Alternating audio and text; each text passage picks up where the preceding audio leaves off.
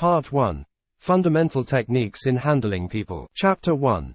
If you want to gather honey, don't kick over the beehive. When dealing with people, we must understand that they are creatures of emotion, bristling with prejudices and motivated by pride and vanity.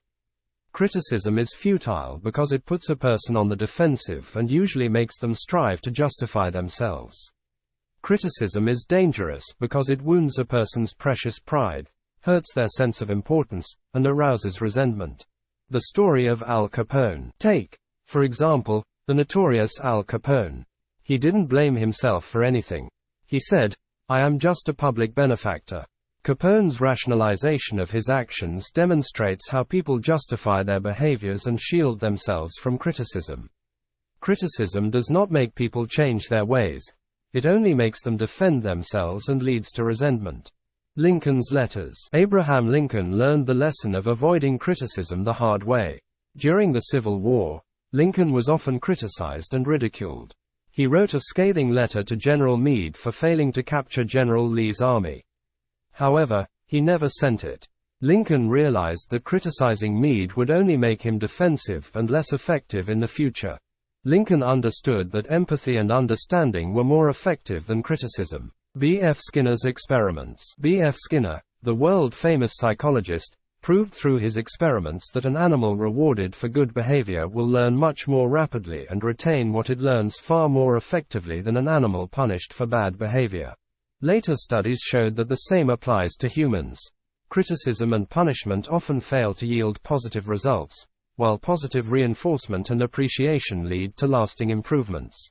Father Forgets. A moving example of the futility of criticism is the story, Father Forgets, by W. Livingston Land.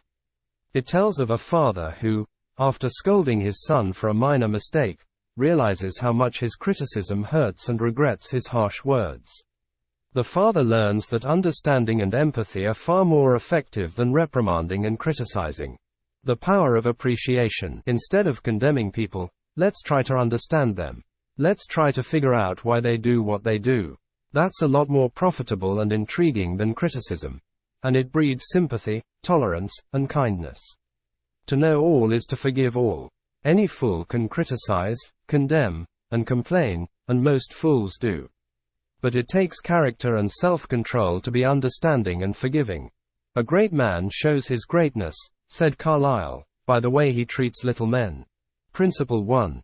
Don't criticize, condemn, or complain. When dealing with people, let us remember we are not dealing with creatures of logic.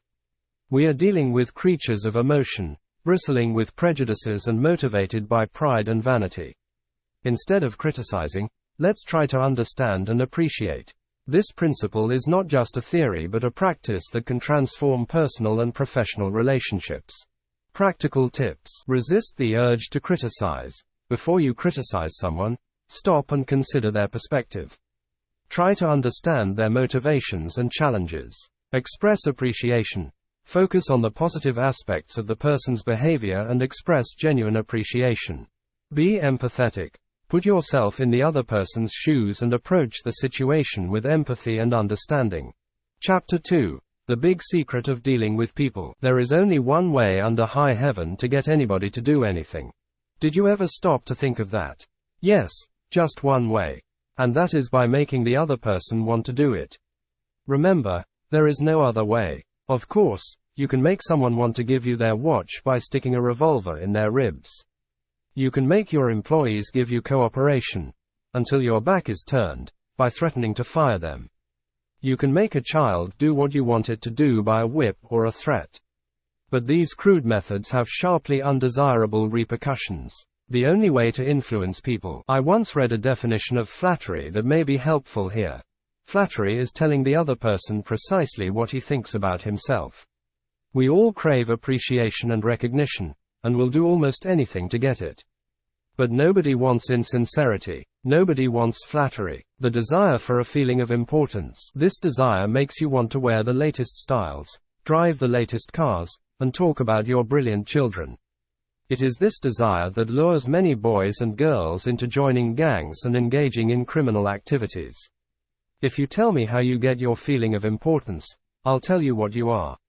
That determines your character. That is the most significant fact about you. In fact, one of the most neglected virtues of our daily existence is appreciation. Here is one of the best illustrations of the truth that, without appreciation, no one would truly want to live. Charles Schwab's story. Charles Schwab was one of the first people to be paid $1 million a year when he was working for Dale Carnegie.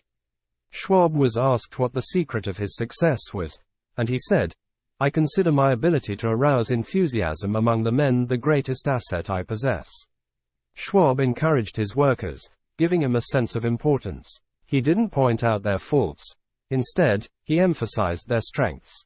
An example from the animal kingdom. In fact, I have a golden rule I always follow. If you want to gather honey, don't kick over the beehive. When handling people, remember we are not dealing with creatures of logic. We are dealing with creatures of emotion, bristling with prejudices and motivated by pride and vanity. When a dog is patted, it feels appreciated, and it shows its appreciation by wagging its tail. Humans, although much more complex, respond to appreciation in a similar manner. This sense of appreciation has been a driving force behind many achievements. Henrietta Sold's experience. Henrietta Sold, the founder of Hadassah, the Women's Zionist Organization of America, had a similar experience. When her mother died, she received a letter from the head of a government office, and it made a profound impact on her. This letter, filled with appreciation for her work, gave her the strength to continue her efforts despite her loss. Encouragement over criticism. Instead of condemning people, let's try to understand them. Let's try to figure out why they do what they do. That's a lot more profitable and intriguing than criticism, and it breeds sympathy, tolerance, and kindness. To know all is to forgive all. An experiment in application. Take, for example, a situation in a manufacturing plant where a machine kept breaking down. The management was frustrated, as the machine was crucial for their operations. Instead of blaming the operators, they decided to understand the situation from their perspective. They found that the operators were under tremendous stress and lacked proper training. By addressing these issues and appreciating the efforts of the operators, the management not only resolved the problem but also increased productivity. Principle 2. Give honest and sincere appreciation. There is only one way under high heaven to get anybody to do anything. Did you ever stop to think of that? Yes, just one way. And that is by making the other person want to do it. Remember, there is no other way. Of course, you can make someone want to give you their watch by sticking a revolver in their ribs. You can make your employees give you cooperation, until your back is turned, by threatening to fire them. You can make a child do what you want it to do by a whip or a threat. But these crude methods have sharply undesirable repercussions. The only way to influence people. I once read a definition of flattery that may be helpful here. Flattery is telling the other person precisely what he thinks about himself. We all crave appreciation and recognition, and will do almost anything to get it.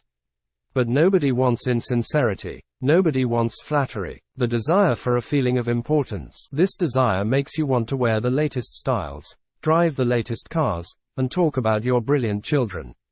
It is this desire that lures many boys and girls into joining gangs and engaging in criminal activities. If you tell me how you get your feeling of importance, I'll tell you what you are. That determines your character. That is the most significant fact about you. In fact, one of the most neglected virtues of our daily existence is appreciation. Here is one of the best illustrations of the truth that, without appreciation, no one would truly want to live. Charles Schwab's story. Charles Schwab was one of the first people to be paid $1 million a year when he was working for Dale Carnegie. Schwab was asked what the secret of his success was, and he said, "I consider my ability to arouse enthusiasm among the men the greatest asset I possess."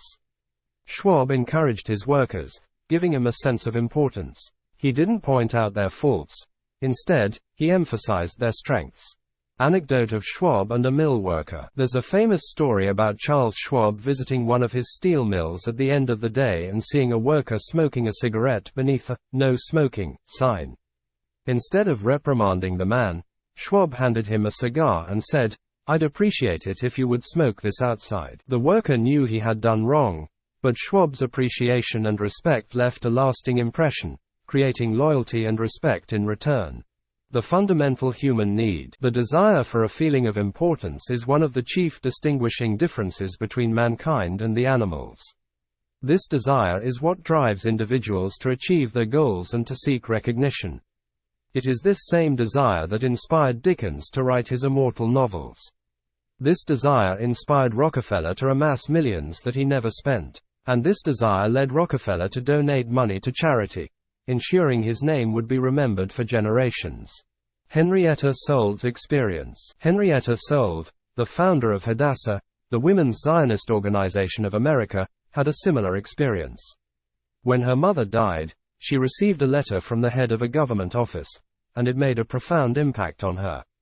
This letter, filled with appreciation for her work, gave her the strength to continue her efforts despite her loss.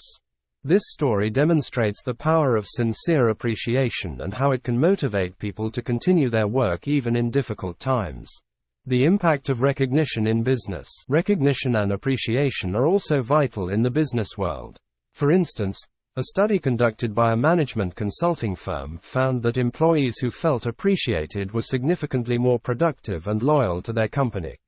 This demonstrates that appreciation is not just a nice thing to do, but also a practical strategy for improving performance and loyalty. A modern example, the CEO's letter. Consider the story of a CEO of a large corporation who wrote personalized letters of appreciation to his employees. These letters recognized their hard work and dedication. The impact was profound. Employee morale skyrocketed, and productivity increased. Many employees mentioned that they had never received such recognition before and that it made them feel valued and important. The power of genuine appreciation. Instead of condemning people, let's try to understand them. Let's try to figure out why they do what they do. That's a lot more profitable and intriguing than criticism. And it breeds sympathy, tolerance, and kindness. To know all is to forgive all. Any fool can criticize, condemn, and complain, and most fools do. But it takes character and self-control to be understanding and forgiving.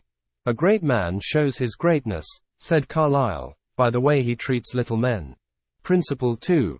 Give honest and sincere appreciation. The desire for a feeling of importance is one of the chief distinguishing differences between mankind and the animals. It was this desire that inspired Dickens to write his immortal novels. This desire inspired Rockefeller to amass millions that he never spent. And this desire led Rockefeller to donate money to charity, ensuring his name would be remembered for generations. One of the most neglected virtues of our daily existence is appreciation. Somehow, most of us have the idea that if we are paying people for their services, that should be appreciation enough. Nothing could be further from the truth.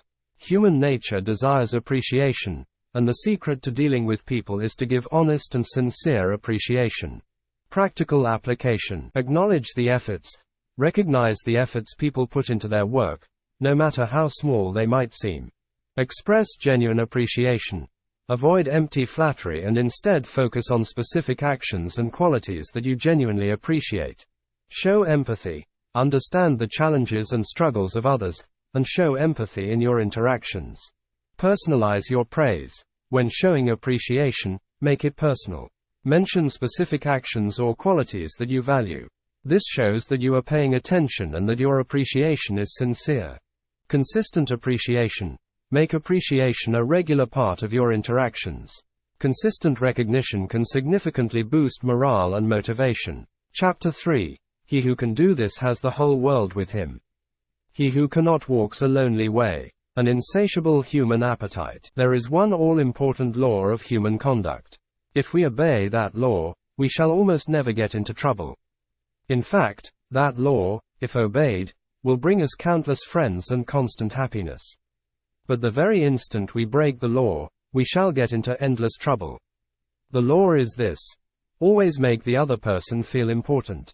The Golden Rule. John Dewey, one of America's most profound philosophers, phrased it this way: the deepest urge in human nature is the desire to be important. It is what differentiates us from animals. It is the key to understanding human behavior.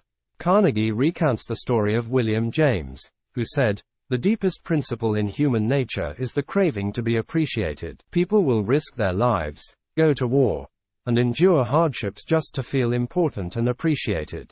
The desire for importance. This desire makes you want to wear the latest styles, drive the latest cars, and talk about your brilliant children. It is this desire that lures many boys and girls into joining gangs and engaging in criminal activities. If you tell me how you get your feeling of importance, I'll tell you what you are.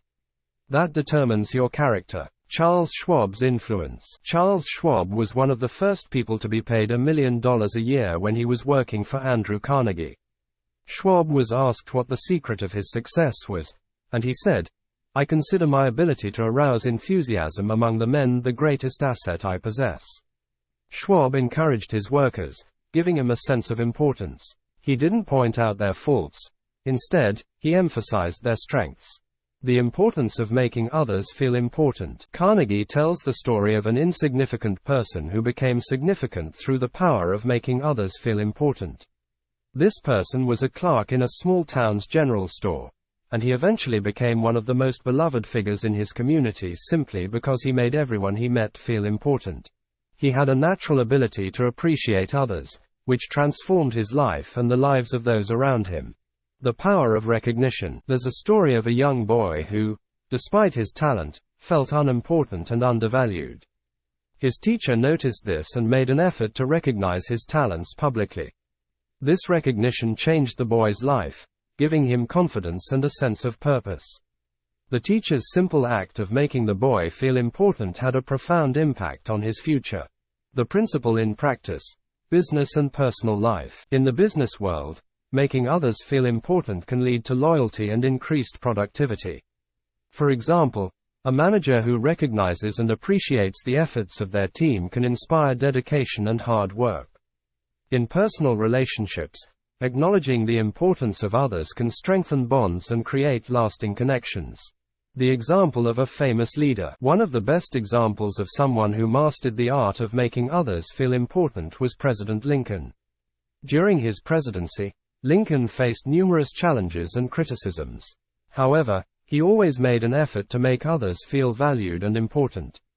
His ability to connect with people on a personal level earned him respect and loyalty, even from his adversaries. Practical steps to making others feel important. Listen intently. When someone is speaking to you, give them your full attention. This shows that you value their thoughts and opinions. Acknowledge contributions. Recognize and acknowledge the contributions of others, whether big or small. This reinforces their sense of importance. Express appreciation. Regularly express appreciation for the efforts and qualities of others. Be specific in your praise to show that you are paying attention. Show genuine interest. Take a genuine interest in the lives and interests of others. Ask questions and show that you care about what matters to them. Empower others. Give others opportunities to shine and showcase their talents. Empowering others boosts their confidence and sense of importance. Principle 3. Arouse in the other person an eager want. It is through recognizing the importance of others that we can arouse in them an eager want. By understanding their desires and aspirations, we can align our goals with theirs, creating mutual benefit and cooperation. Part 2. 6 Ways to Make People Like You. Chapter 1. Do this and you'll be welcome anywhere. The first impression. Actions speak louder than words, and a smile says, "I like you. You make me happy. I am glad to see you." That's why dogs make such a hit. They are so glad to see us that they almost jump out of their skins. So, naturally, we are glad to see them. A baby's smile has the same effect. The power of a smile. A smile is a powerful gesture. It is a message of goodwill and a key to unlocking hearts. Carnegie emphasizes the importance of a genuine smile in making a positive first impression and building rapport. A smile can break down barriers and create a sense of connection and trust. The example of William B. Steinhardt. William B. Steinhardt, a New York stockbroker, learned the power of a smile after taking Carnegie's course. Initially, he had a reputation for being stern and unfriendly. However, after adopting a habit of smiling at people, he noticed a significant change in how others responded to him.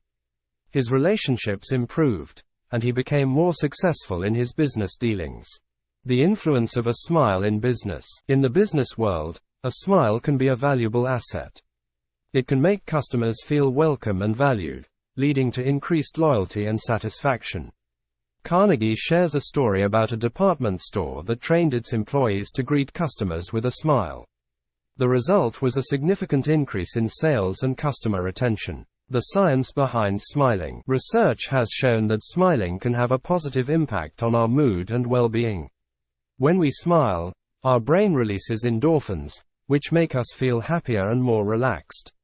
This positive energy is contagious and can influence the mood of those around us. The story of a busy executive. A busy executive once complained to Carnegie that he didn't have time to smile. Carnegie challenged him to smile at least once every hour for a week. The executive took on the challenge and was amazed by the results. He found that smiling not only improved his interactions with others but also reduced his stress levels and made him feel more positive. The importance of sincerity. It is crucial that our smiles are sincere. A fake smile can be easily detected and can create distrust. Carnegie emphasizes that our smiles must come from a place of genuine warmth and appreciation for others. The example of an airline employee. An airline employee, who was known for her friendly demeanor, always greeted passengers with a genuine smile. Her positive attitude made her a favorite among travelers, and she received numerous commendations from customers. Her ability to make passengers feel welcome and valued contributed to the airline's reputation for excellent customer service. The psychological impact of a smile. A smile not only affects how others perceive us, but also how we perceive ourselves. Smiling can boost our confidence and make us feel more capable and competent. It can also help us navigate challenging situations with a positive mindset. Practical tips for smiling. Practice genuine smiling. Start by practicing smiling in front of a mirror. Focus on making your smile genuine and warm. Smile in your daily interactions. Make a habit of smiling when you greet people, whether it's your colleagues, friends, or strangers. Be mindful of your facial expressions. Pay attention to your facial expressions throughout the day. If you notice a frown or a tense expression, consciously relax your face and smile. Use smiling to improve your mood. When you feel stressed or upset, try smiling. It can help shift your mood and provide a sense of relief. Reflect on positive experiences. Think about moments that made you genuinely happy and let those memories inspire your smile. Principle 1. Smile. Smiling is a simple yet powerful way to make a positive impression and build strong relationships. It conveys warmth, friendliness, and a genuine interest in others. By incorporating more smiles into our daily interactions, we can create a more positive and welcoming environment for ourselves and those around us. Chapter 2. A simple way to make a good first impression. The value of a name. The name is the sweetest sound in any language for any person.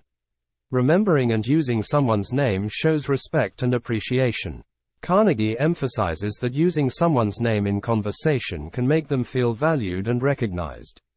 This simple act can leave a lasting positive impression. The story of James Farley, the political leader and businessman, understood the importance of remembering names. Farley had an extraordinary ability to remember people's names and details about them, which helped him build a vast network of loyal supporters. His ability to recall names and personal details played a significant role in his success. He remembered not only names but also birthdays and personal details, which endeared him to many. The psychological impact of a name. Hearing one's name can have a powerful psychological impact. It can create a sense of belonging and importance. Carnegie explains that our names are deeply tied to our identity, and when someone remembers and uses our name, it shows that they see us as individuals. This recognition can boost self-esteem and foster positive feelings. The example of Dale Carnegie's courses. In his courses, Carnegie often conducted exercises to help participants remember names. These exercises demonstrated how a simple effort to remember names could lead to better relationships and greater influence. Participants who mastered this skill reported significant improvements in their personal and professional interactions. They found that people were more responsive and cooperative when addressed by their names. Practical techniques for remembering names. Carnegie provides several practical techniques for remembering names. Repeat the name. When you first hear someone's name, repeat it back to them. This helps reinforce it in your memory. Associate the name. Create an association with the name. For example, if someone's name is Mr. Carpenter, you might picture him with a hammer and nails. Use the name in conversation. Make a point to use the person's name several times during your conversation. Write it down. If appropriate, write the name down in a notebook along with some details about the person. Reviewing these notes can help solidify the name in your memory. Focus and listen. Pay close attention when someone introduces themselves. Make a conscious effort to listen and focus on their name. Advanced techniques for remembering names. Visualize the name. Visualize the name in your mind's eye. Imagine it written out in bold letters. Link the name to a personal feature. Link the name to a distinctive physical feature of the person. For instance, if Mr. Green has green eyes, use this as a mental hook. Create a story. Create a short, imaginative story involving the name. This can help in making the name more memorable. Ask for repetition. If you're unsure of the name, ask the person to repeat it. This not only helps you remember, but also shows that you care about getting it right. The impact of forgetting names. Forgetting someone's name can have the opposite effect, making them feel unimportant or undervalued. Carnegie shares stories of people who felt slighted or offended when others forgot their names. This underscores the importance of making an effort to remember and use names correctly. The story of Andrew Carnegie. Andrew Carnegie, the famous industrialist, made a point to remember the names of his employees. He believed that recognizing and addressing them by their names helped build a sense of loyalty and camaraderie. His attention to this detail contributed to the positive work environment he created. He would often address his workers by name and inquire about their families, showing genuine interest and concern. The importance of pronouncing names correctly. It's also essential to pronounce names correctly. Mispronouncing someone's name can make them feel disrespected. If you're unsure of the pronunciation, it's better to ask than to guess. Taking the time to learn the correct pronunciation shows respect and consideration. People appreciate the effort and often respond positively when someone takes the time to get their name right. The story of a salesman. Carnegie recounts the story of a successful salesman who attributed much of his success to his ability to remember and use his clients' names. This simple practice helped him build strong relationships with his clients, leading to increased sales and customer loyalty. By remembering and using names, he made his clients feel valued and important, which in turn led to more business and referrals. The role of names in building relationships. Using someone's name can be a powerful tool in building relationships. It shows that you care about the person as an individual and not just as a part of a group. This personal touch can create a deeper connection and foster trust. It can also lead to more meaningful and productive interactions, both in personal and professional settings. The influence of names in leadership. Effective leaders understand the power of names. They make it a point to remember and use the names of their team members, creating a sense of belonging and recognition. This practice helps in building a positive team culture and improving morale. Employees who feel recognized and valued are more likely to be engaged and committed to their work. The power of a name in customer service. In customer service, using a customer's name can enhance the experience and create a lasting positive impression. It shows that the service provider values the customer as an individual, not just as a transaction. This personal touch can lead to higher customer satisfaction and loyalty. Personal anecdote. The forgotten name. Carnegie shares a personal anecdote about forgetting someone's name during an important meeting. The embarrassment and awkwardness that followed highlighted the significance of this principle. He learned to prioritize remembering names, which greatly improved his interactions and relationships. Principle 2. Remember that a person's name is to that person the sweetest and most important sound in any language. Remembering and using names is a fundamental way to show respect and appreciation. It can make people feel valued and important, leading to stronger and more positive relationships. Practical steps to remember names. Make a commitment. Decide that you will make a conscious effort to remember names. Practice regularly. Use the techniques provided regularly until they become a habit. Show genuine interest. Be genuinely interested in the person you are meeting. This will naturally make you more attentive and likely to remember their name. Ask for clarification. If you didn't catch the name or are unsure of the pronunciation, politely ask for clarification. People appreciate the effort to get it right. Use technology. Use digital tools like contact apps to store names and relevant details.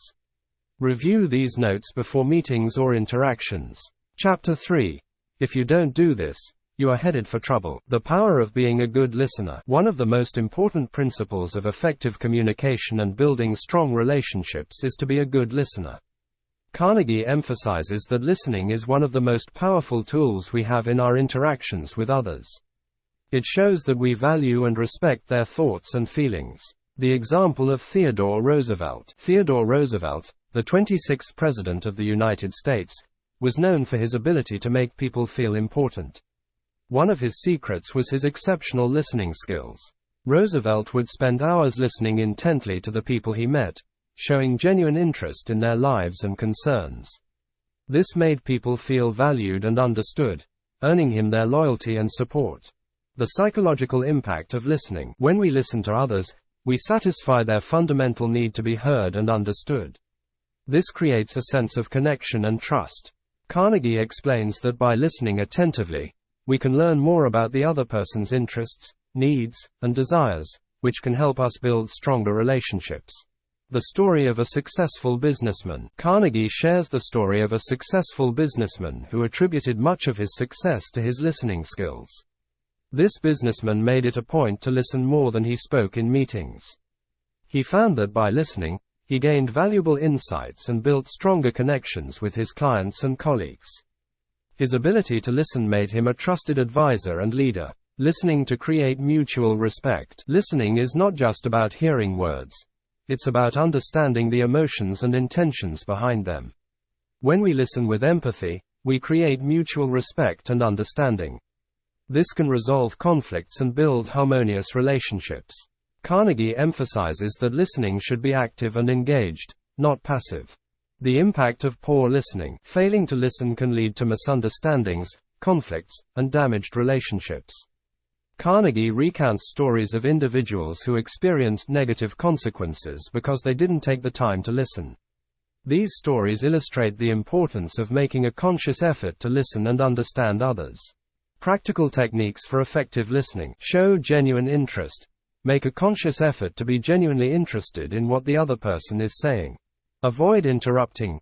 Let the other person finish speaking before you respond. Avoid interrupting or finishing their sentences. Ask questions. Show that you are engaged by asking questions related to what the person is saying. This demonstrates your interest and helps clarify any points. Use nonverbal cues. Maintain eye contact, nod, and use facial expressions to show that you are listening. Summarize and reflect. Summarize what the other person has said and reflect it back to them. This shows that you have understood their message and value their input. The role of listening in leadership. Effective leaders are good listeners. They understand that listening is key to understanding their team's needs, concerns, and ideas.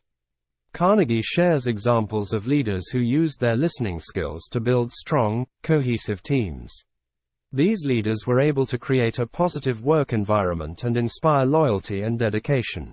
The story of a military leader. A military leader once faced a critical situation where he needed to gain the trust and cooperation of his troops. Instead of giving orders, he took the time to listen to their concerns and suggestions. This approach not only resolved the immediate issue, but also strengthened the bond between the leader and his troops. His willingness to listen earned him their respect and loyalty. Listening to build customer relationships. In customer service, listening is essential. Customers want to feel heard and understood. By actively listening to their feedback and concerns, businesses can improve their products and services and build stronger customer relationships. Carnegie provides examples of companies that excelled by prioritizing listening to their customers. The example of a restaurant owner. A restaurant owner turned his struggling business around by listening to his customers. He asked for their feedback and made changes based on their suggestions. This not only improved the quality of the food and service, but also created a loyal customer base that appreciated being heard. The importance of empathy in listening. Empathy is a crucial component of effective listening. It involves understanding and sharing the feelings of others. When we listen with empathy, we can better connect with people on an emotional level. Carnegie emphasizes that empathy can transform our interactions and lead to deeper, more meaningful relationships.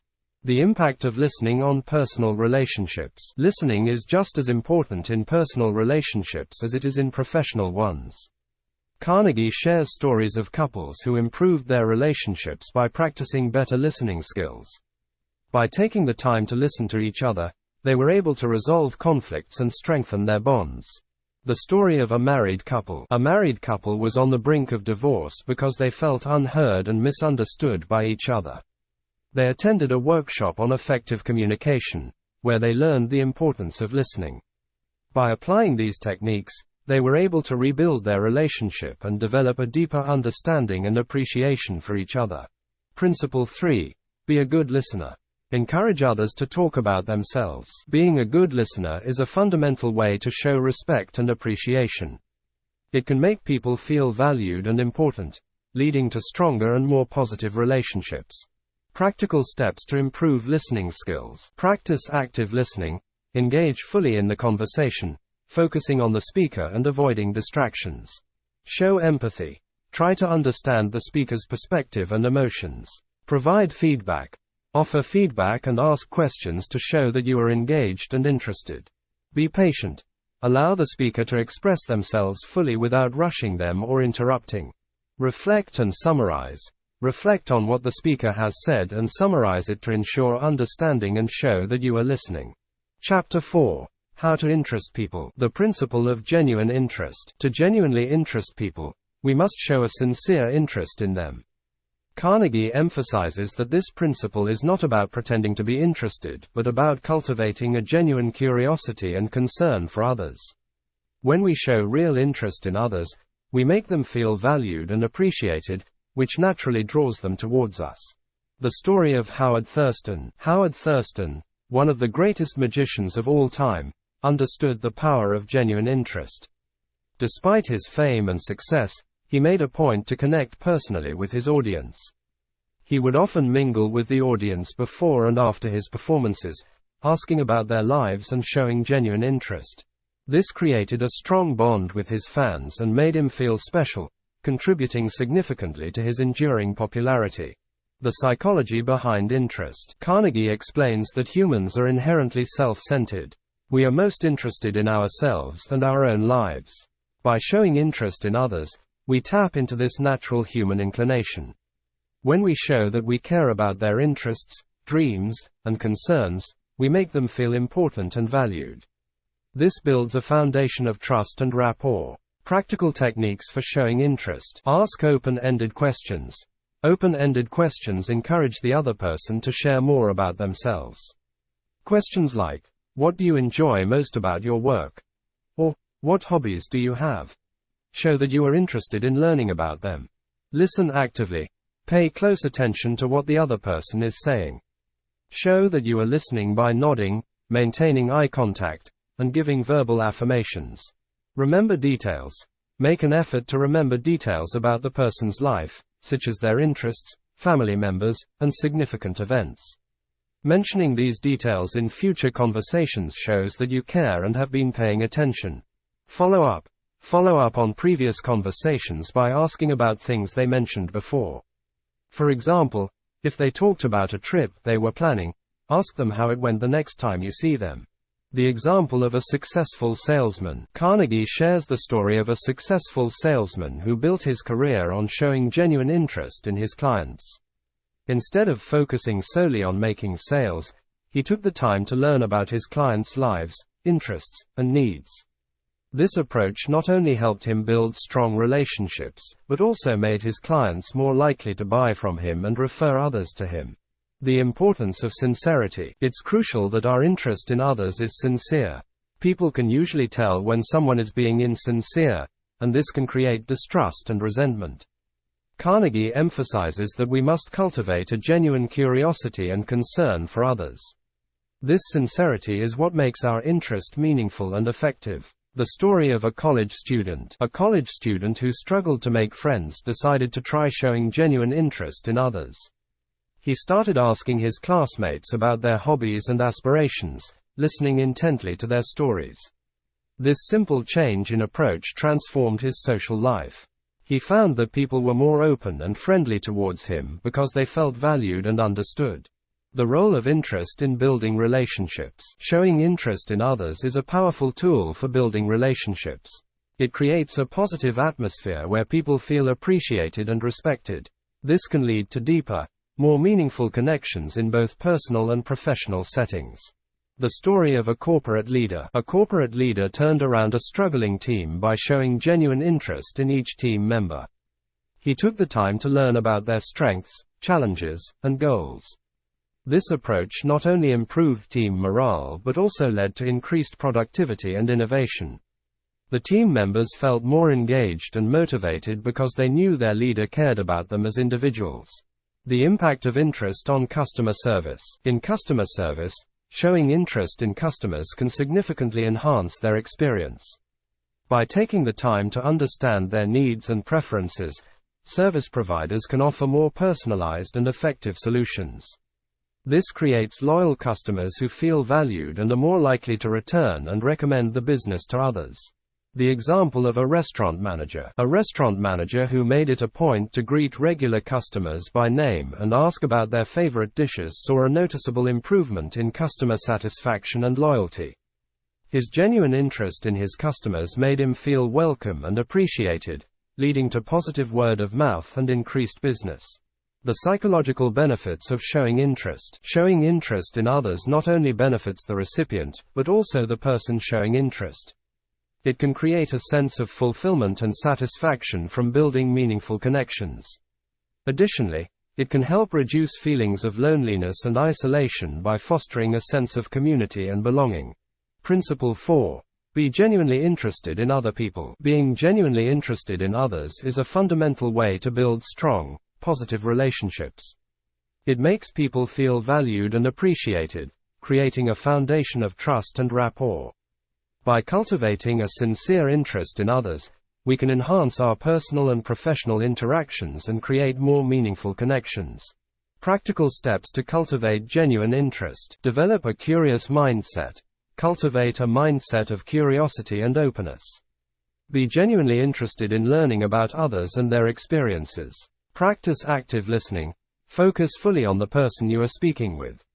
Avoid distractions and show that you are engaged in the conversation. Ask thoughtful questions. Ask questions that encourage the other person to share more about themselves. Show that you are interested in their thoughts and experiences. Show empathy. Try to understand the other person's perspective and feelings.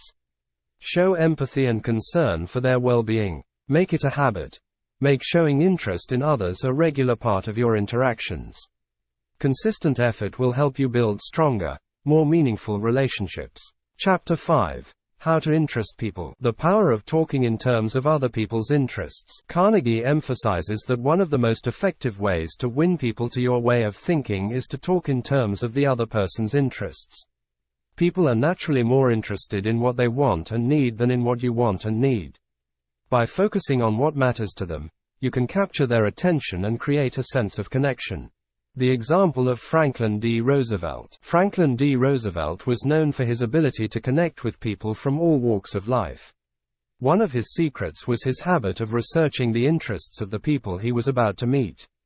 Before a meeting or a social event, Roosevelt would gather information about the attendees and their interests. This allowed him to engage in conversations that were relevant and interesting to them, making them feel valued and understood. The psychological basis. Carnegie explains that people are inherently self-centered. They are primarily concerned with their own needs, desires, and problems. By addressing these concerns and showing that you understand their interests, you can build rapport and trust. This principle is grounded in the basic human need for recognition and validation. Practical techniques for talking in terms of other people's interests. Do your research. Before meeting someone, take the time to learn about their interests and background. This can help you find common ground and topics of mutual interest. Ask about their interests. During conversations, ask open-ended questions about the other person's hobbies, passions, and interests. Listen actively to their responses. Relate your message to their interests. When presenting an idea or proposal, frame it in a way that aligns with the other person's interests and goals. Show them how it can benefit them. Be sincere. Ensure that your interest in the other person's interests is genuine. People can usually tell when someone is being insincere. The story of a business executive. Carnegie shares the story of a business executive who successfully closed a major deal by focusing on the interests of the client. Instead of pushing his own agenda, the executive took the time to understand the client's needs and concerns. He tailored his proposal to address these specific interests, which made the client feel understood and valued, ultimately leading to a successful partnership. The importance of relatability. Talking in terms of other people's interests makes you more relatable. When people see that you share common interests or that you understand their passions, they are more likely to open up and engage with you. This relatability can be a powerful tool in building relationships and influencing others. The story of a teacher. A teacher who struggled to connect with her students decided to incorporate their interests into her lessons. She learned about their hobbies and passions and used these as examples and analogies in her teaching. This approach not only made the lessons more engaging for the students, but also helped build a stronger rapport between the teacher and her students. Building a connection through shared interests. Shared interests can serve as a foundation for building strong relationships. When you show that you care about what matters to the other person, you create a bond that goes beyond superficial interactions. This bond can lead to more meaningful and productive relationships. The example of a successful politician. A politician who was known for his ability to connect with voters always made it a point to talk in terms of their interests. During his campaign, he would attend local events and listen to the concerns of the residents. He would then tailor his speeches and policies to address these specific concerns, making the voters feel heard and understood. The role of empathy. Empathy plays a crucial role in talking in terms of other people's interests. By putting yourself in their shoes and understanding their perspective, you can communicate in a way that resonates with them. This empathy helps in building trust and rapport. The story of a customer service representative. A customer service representative who excelled in her role always made an effort to understand the customer's perspective. She would listen to their concerns and address them in a way that showed she genuinely cared about their experience. Her empathetic approach resulted in high customer satisfaction and loyalty. The impact on professional relationships. In professional settings, talking in terms of other people's interests can lead to more effective collaboration and teamwork. When team members feel that their interests and contributions are valued, they are more likely to be engaged and motivated. This can lead to higher productivity and a positive work environment. Principle 5. Talk in terms of the other person's interests. Talking in terms of other people's interests is a fundamental way to build rapport and influence others. By focusing on what matters to them, you can create a sense of connection and trust, leading to stronger and more positive relationships. Practical steps to implement this principle. Identify interests. Take the time to identify the interests and needs of the people you interact with. This can be done through research, observation, and asking questions. Tailor your communication. Frame your communication in a way that aligns with the other person's interests. Highlight how your ideas or proposals can benefit them. Show genuine concern. Demonstrate a genuine concern for the other person's interests. Be empathetic and understanding in your approach. Build common ground. Use shared interests as a starting point for building relationships. Find areas where your interests overlap and use these as a foundation for your interactions. Chapter 6. How to make people like you instantly. The magic of making people feel important. One of the most effective ways to make people like you instantly is to make them feel important. Carnegie emphasizes that everyone craves a sense of importance, and by acknowledging this need, we can build strong and positive relationships. The key is to make others feel valued and appreciated in a sincere and genuine way. The story of a famous writer. Carnegie shares the story of a famous writer who was able to charm everyone he met by making them feel important. This writer had a knack for making others feel like they were the most important person in the room. He would give them his undivided attention, listen intently, and express genuine interest in their thoughts and feelings. This approach made people feel valued and appreciated, leading to lasting positive impressions. The psychological basis. The need to feel important is a fundamental human desire. People are naturally drawn to those who make them feel significant and appreciated. By recognizing and affirming this need, we can create a strong emotional connection with others. Carnegie explains that making others feel important is not about flattery or manipulation, but about genuinely valuing and appreciating them. Practical techniques for making people feel important. Give your full attention. When interacting with someone, give them your undivided attention. Avoid distractions and focus entirely on the person you are speaking with. Listen actively. Show that you are listening by nodding, making eye contact, and responding thoughtfully. Let them know that you value their input. Acknowledge their contributions. Recognize and acknowledge the other person's contributions and achievements. This can be done through compliments, praise, and expressions of gratitude. Show genuine interest. Ask questions about their interests, hobbies, and experiences. Show that you care about what matters to them. Remember personal details. Make an effort to remember personal details about the people you interact with. Mentioning these details in future conversations shows that you value them as individuals. The example of a business leader. Carnegie shares the story of a business leader who excelled in making his employees feel important. This leader made it a point to personally congratulate employees on their achievements, remember their names, and show interest in their personal lives. This approach created a positive and motivating work environment, leading to higher morale and productivity. The impact of making people feel important. Making others feel important can have a profound impact on their self-esteem and motivation. When people feel valued, they are more likely to be cooperative, enthusiastic, and loyal. Carnegie explains that this principle is particularly effective in leadership, customer service, and personal relationships. The story of a teacher. A teacher who struggled to connect with her students decided to try making them feel important. She started by acknowledging their efforts, praising their achievements, and showing interest in their lives outside of school. This simple change in approach transformed the classroom environment. The students became more engaged, motivated, and respectful. The role of empathy. Empathy is a crucial component of making others feel important. By putting ourselves in their shoes and understanding their perspective, we can respond in ways that validate their feelings and experiences. Carnegie emphasizes that empathy helps us connect with others on a deeper level. The story of a customer service representative. A customer service representative who excelled in her role always made an effort to make customers feel important. She would listen patiently to their concerns, acknowledge their frustrations, and express appreciation for their business.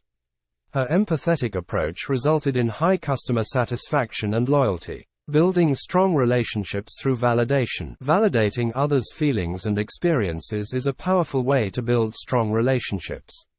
When people feel that their emotions and perspectives are acknowledged and respected, they are more likely to open up and trust us. This creates a foundation for lasting and meaningful connections. The example of a community leader. A community leader who was known for his ability to connect with people from diverse backgrounds always made it a point to validate their experiences. He would listen to their concerns, acknowledge their struggles, and express appreciation for their contributions to the community. This approach helped him build a strong and supportive network. The psychological benefits. Making others feel important not only benefits them but also enhances our own well-being. When we focus on valuing and appreciating others, we create a positive and uplifting environment. This positivity can boost our own mood and foster a sense of fulfillment and satisfaction. The impact on professional relationships. In professional settings, making others feel important can lead to more effective collaboration and teamwork. When team members feel valued and appreciated, they are more likely to be engaged and motivated. This can lead to higher productivity and a positive work environment. Principle 6. Make the other person feel important, and do it sincerely. Making others feel important is a fundamental way to build strong, positive relationships. It creates a sense of value and appreciation that fosters trust and rapport. By making a conscious effort to value and appreciate others, we can enhance our personal and professional interactions and create more meaningful connections. Practical steps to implement this principle. Show genuine appreciation. Express sincere appreciation for the contributions and achievements of others. Be specific in your praise and highlight their unique qualities. Acknowledge their efforts. Recognize and acknowledge the efforts people put into their work, no matter how small they might seem. Be mindful of your words. Use language that conveys respect and appreciation. Avoid dismissive or condescending remarks. Celebrate successes. Celebrate the successes and milestones of others. This can be done through public recognition, awards, or personal notes of congratulations. Practice empathy. Make an effort to understand and validate the feelings and experiences of others. Show that you care about their well-being. Part 3. How to win people to your way of thinking. Chapter 1.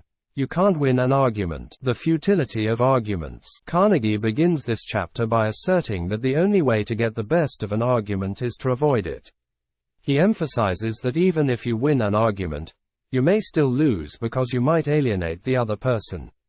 Arguments often result in both parties feeling resentful and more entrenched in their positions. The story of a mechanic. Carnegie shares the story of an automobile dealer who had a dispute with a mechanic. The mechanic insisted he had done the work correctly, while the dealer was convinced otherwise.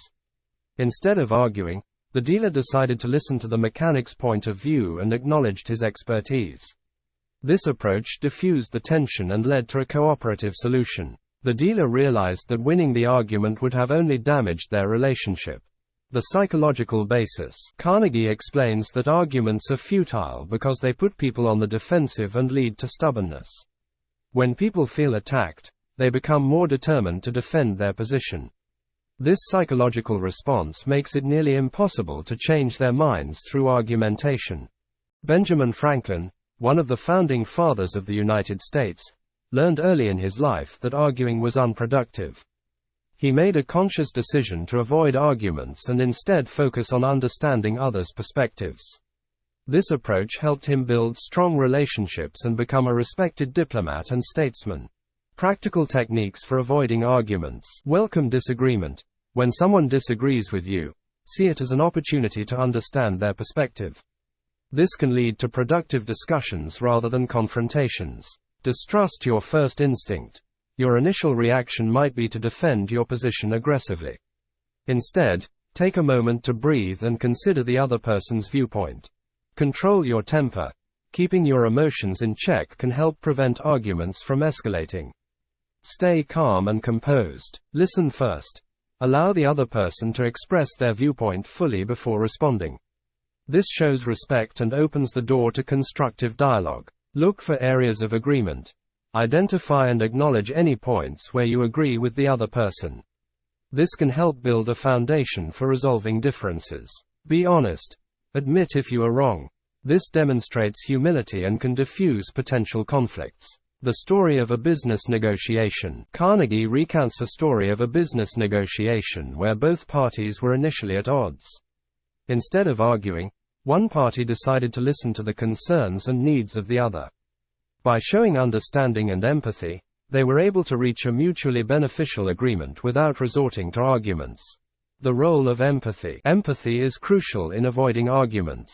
By putting yourself in the other person's shoes, you can better understand their perspective and find common ground. Carnegie emphasizes that empathy helps create a collaborative atmosphere where differences can be resolved constructively. The story of a salesman. A salesman who frequently faced objections from customers learned to avoid arguments by empathizing with their concerns. Instead of trying to prove them wrong, he listened carefully and addressed their needs. This approach not only reduced conflicts but also led to increased sales and customer satisfaction. The power of a soft answer. Carnegie highlights the power of a soft answer in diffusing arguments. He explains that responding calmly and respectfully can prevent conflicts from escalating. This principle is based on the biblical proverb, "A soft answer turneth away wrath." By speaking gently, we can create a more positive and cooperative interaction. The story of a supervisor. A supervisor dealing with a disgruntled employee used the power of a soft answer to resolve the issue. Instead of arguing, the supervisor listened to the employee's grievances and responded with understanding and kindness. This approach helped resolve the conflict and improved their working relationship. The impact on professional relationships. Avoiding arguments is particularly important in professional settings. Conflicts and disagreements can damage teamwork and productivity. By fostering an environment of mutual respect and understanding, leaders can create a more harmonious and effective workplace. Principle 1. The only way to get the best of an argument is to avoid it. Avoiding arguments is a fundamental way to build and maintain positive relationships. By focusing on understanding and collaboration, we can resolve differences constructively and prevent conflicts from damaging our interactions. Practical steps to implement this principle. Stay calm. Keep your emotions in check and avoid reacting impulsively. Seek understanding. Make an effort to understand the other person's perspective before responding. Acknowledge valid points. Recognize and acknowledge any valid points made by the other person. Focus on solutions. Shift the focus from who is right or wrong to finding a mutually acceptable solution. Practice active listening. Listen fully to the other person's viewpoint without interrupting or dismissing their concerns. Chapter 2. A sure way of making enemies, and how to avoid it. The danger of telling people they are wrong. Carnegie begins this chapter by emphasizing the danger of telling people they are wrong.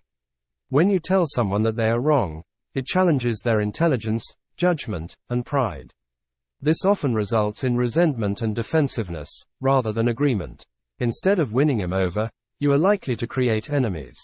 The example of Galileo. Carnegie recounts the story of Galileo, who faced severe opposition when he proposed that the Earth revolved around the Sun. The church leaders of his time were adamant that the Earth was the center of the universe. Instead of directly challenging their beliefs, Galileo presented his findings in a way that allowed others to come to their own conclusions. This approach minimized conflict and allowed his ideas to gain acceptance over time. The psychological basis. Telling people they are wrong triggers a psychological defense mechanism. When people feel attacked, they become more entrenched in their beliefs.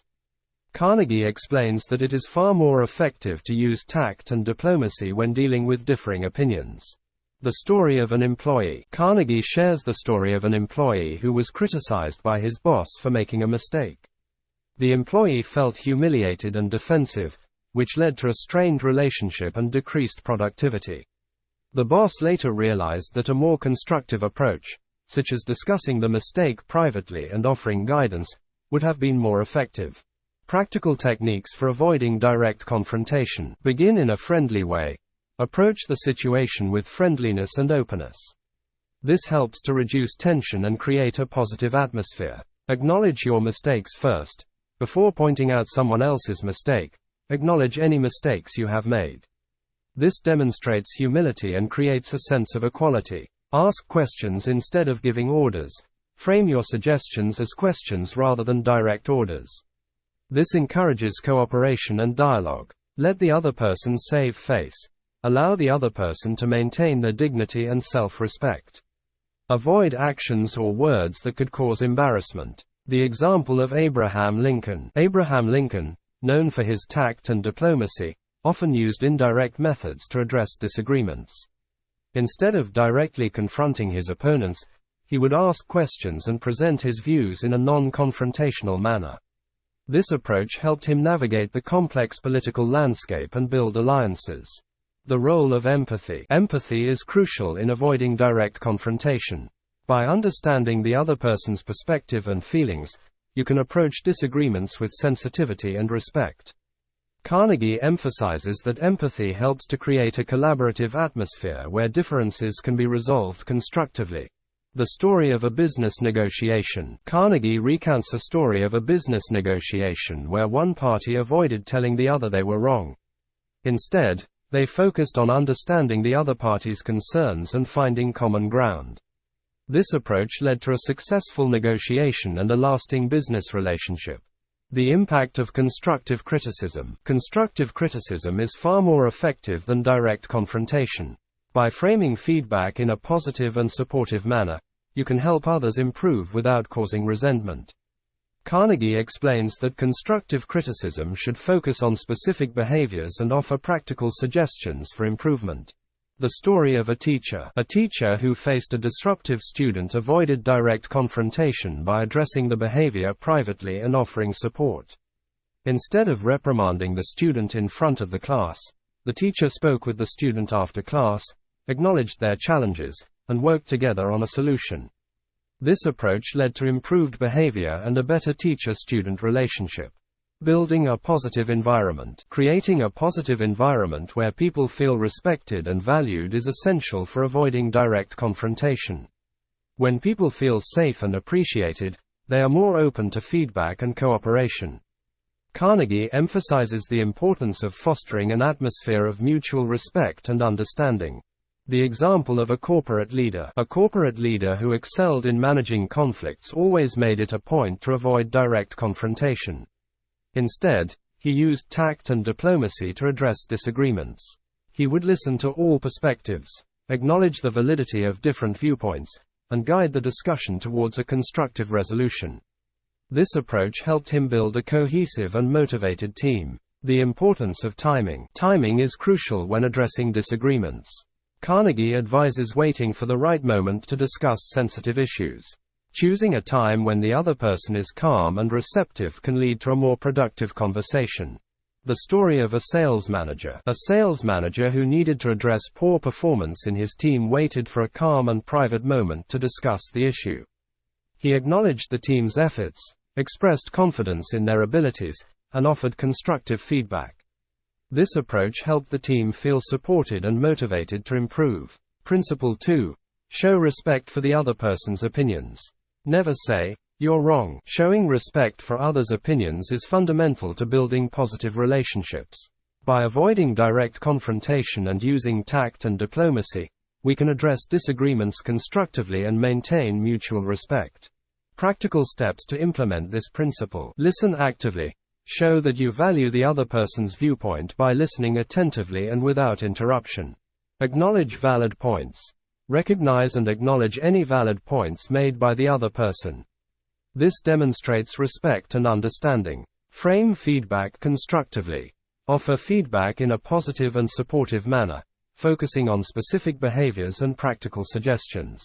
Use questions to guide discussion. Frame your suggestions as questions to encourage dialogue and cooperation. Be patient and tactful. Choose the right moment to address disagreements and approach the conversation with patience and tact. Chapter 3. If you're wrong, admit it. The power of admitting mistakes. Carnegie emphasizes that admitting your mistakes and shortcomings can disarm your opponents and win their respect. When you admit that you are wrong, it demonstrates humility and honesty. This approach can transform potential adversaries into allies and create a foundation of trust and respect. The example of Dale Carnegie. Carnegie shares a personal story where he admitted his mistake to a police officer. After being caught with an expired dog license, instead of arguing or making excuses, Carnegie admitted his fault and expressed regret. The officer, taken aback by his honesty, let him go without a fine. This story illustrates the power of admitting mistakes and how it can lead to positive outcomes. The psychological basis. Admitting you are wrong can be disarming because it goes against the natural human tendency to defend oneself. When someone admits their mistake, it shows vulnerability and a willingness to take responsibility. This often leads to a more compassionate and understanding response from others. The story of a business executive. A business executive who made a poor decision affecting his team decided to admit his mistake openly. He called a meeting, explained the situation, and took full responsibility. This act of honesty and humility gained him the respect and loyalty of his team, who appreciated his transparency and willingness to own up to his error. Practical techniques for admitting mistakes. Acknowledge your error. As soon as you realize you have made a mistake, acknowledge it openly and without hesitation. Apologize sincerely. Offer a sincere apology for any inconvenience or harm caused by your mistake. Take responsibility. Accept full responsibility for your actions without trying to shift the blame. Offer a solution. If possible, propose a solution to rectify the mistake and prevent it from happening again. Learn from the experience. Reflect on the mistake and use it as a learning opportunity to improve in the future. The story of Abraham Lincoln. Abraham Lincoln, known for his humility and integrity, was not afraid to admit his mistakes. During the Civil War, he often faced criticism and challenges. When he made an error, he would openly admit it and take responsibility. This approach earned him the respect and admiration of his colleagues and the public. The role of humility. Humility is a key component of admitting mistakes. By acknowledging that we are not infallible, we demonstrate a realistic and grounded perspective. Carnegie explains that humility fosters a positive and respectful environment, where people feel valued and understood. The story of a teacher. A teacher who mistakenly gave a student a lower grade than they deserved realized her error. Instead of ignoring it, she admitted the mistake to the student and their parents, apologized, and corrected the grade. This act of honesty and humility strengthened the trust and respect between the teacher and the student's family. The impact of admitting mistakes on relationships. Admitting mistakes can strengthen relationships by building trust and credibility. When people see that you are willing to own up to your errors, they are more likely to respect and trust you. This creates a foundation for stronger, more positive interactions. The example of a customer service representative. A customer service representative who accidentally gave a customer incorrect information promptly admitted the mistake, apologized, and provided the correct information. The customer appreciated the honesty and quick resolution, leading to increased trust and satisfaction. The importance of timing. Timing is crucial when admitting mistakes.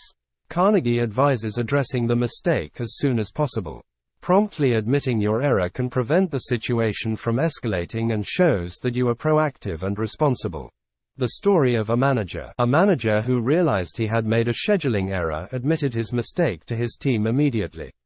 He apologized for the inconvenience and worked with the team to adjust the schedule. This prompt admission and willingness to fix the problem earned him the team's respect and cooperation.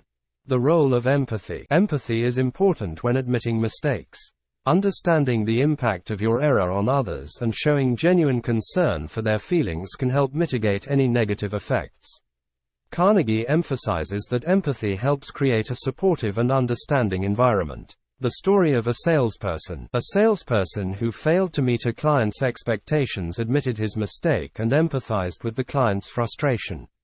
He apologized sincerely and offered a discount on future purchases as a gesture of goodwill.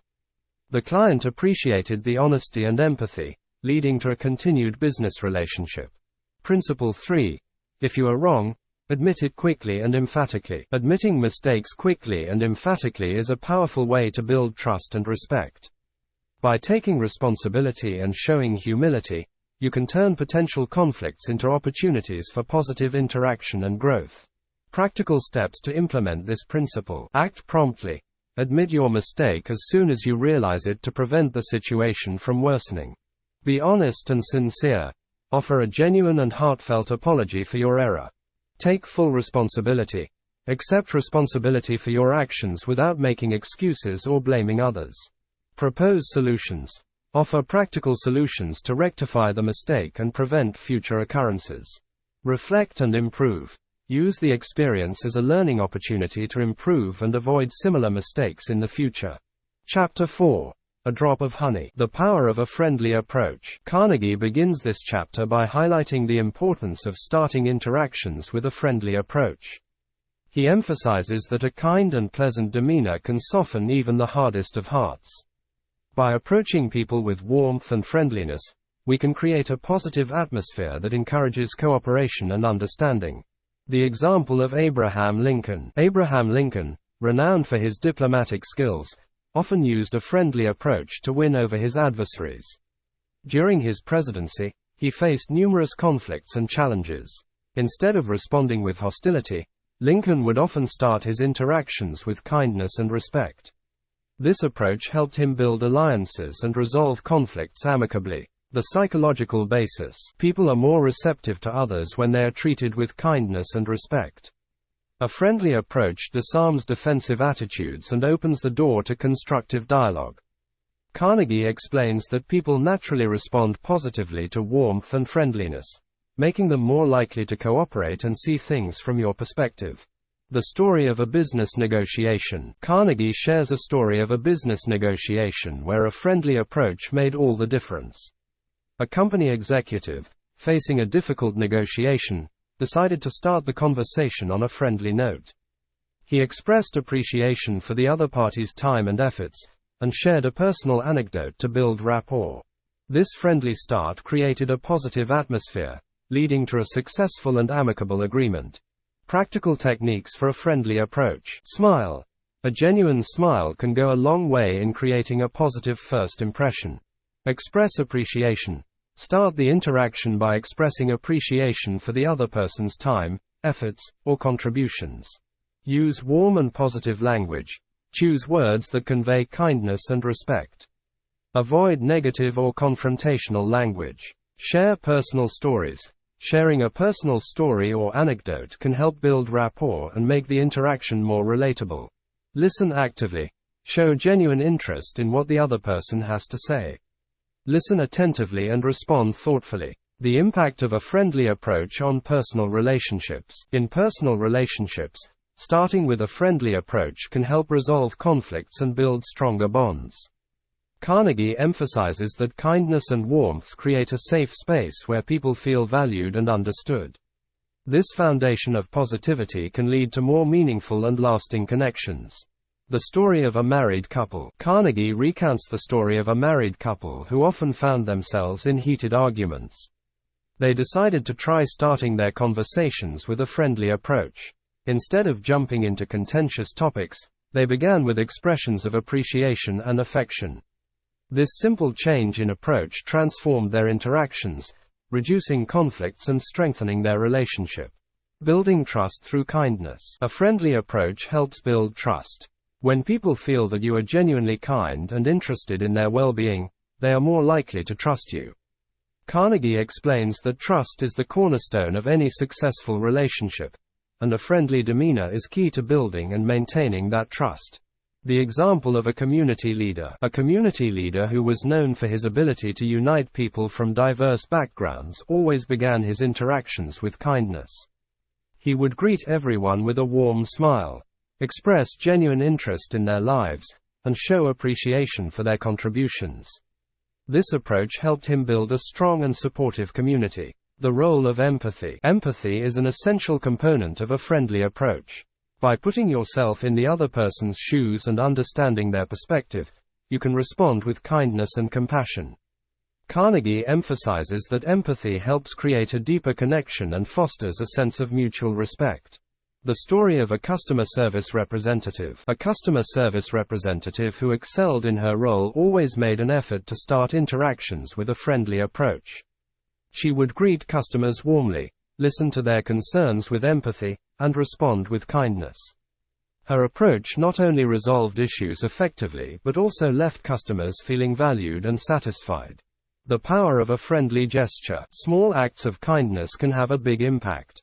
Carnegie explains that a simple friendly gesture, such as offering a compliment or helping someone with a task, can create a positive impression and strengthen relationships. The story of a neighbor. A person who moved to a new neighborhood decided to start with a friendly approach to get to know their neighbors.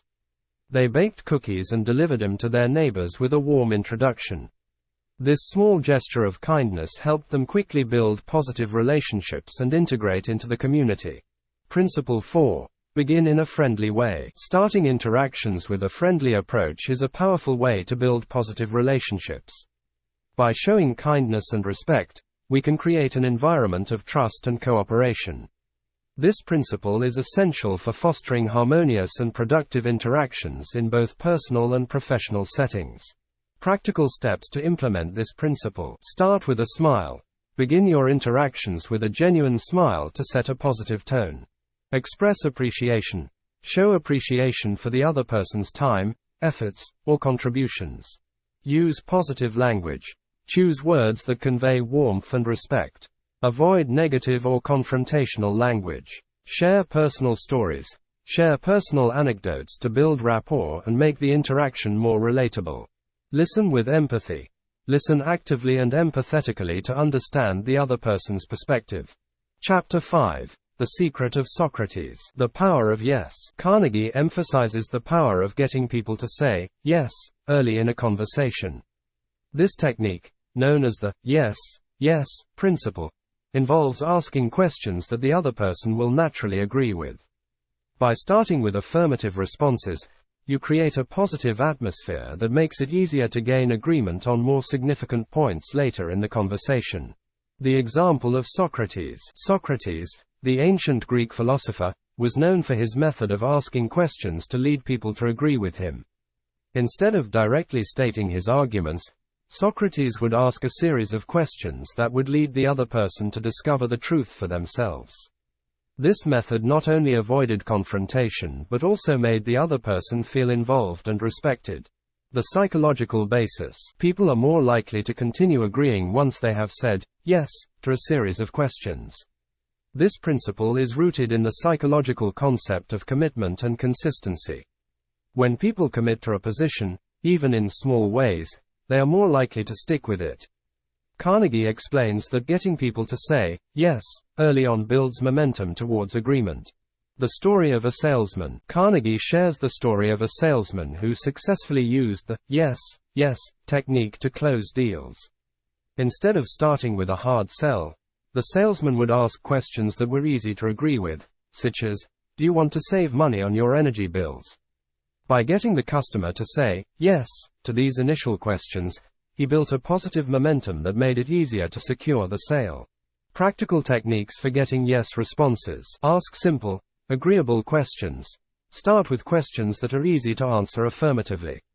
These questions should be based on common experiences or universal truths. Build on agreements. Once you have established a pattern of agreement, gradually introduce more significant points that you want the other person to agree with. Use positive language. Frame your questions and statements in a positive way that encourages agreement. Listen actively. Pay attention to the other person's responses and adjust your questions to keep the momentum of agreement going. Acknowledge and reinforce agreement. When the other person says yes, acknowledge their agreement and reinforce it with positive feedback. The role of empathy. Empathy is crucial in applying the yes, yes principle. By understanding the other person's perspective and concerns, you can frame your questions in a way that resonates with them. Carnegie emphasizes that empathy helps create a connection and makes the other person feel understood and valued. The story of a teacher. A teacher who struggled to get her students to participate in class decided to use the yes, yes technique. She started by asking simple, relatable questions that the students could easily agree with, such as, "Do you find this topic interesting?" This approach encouraged participation and created a more engaging and interactive classroom environment. The impact on professional relationships. In professional settings, getting people to say yes can lead to more productive and cooperative interactions. Carnegie explains that this technique can be particularly effective in meetings, negotiations, and team discussions. By starting with agreements, you create a positive atmosphere that fosters collaboration and consensus.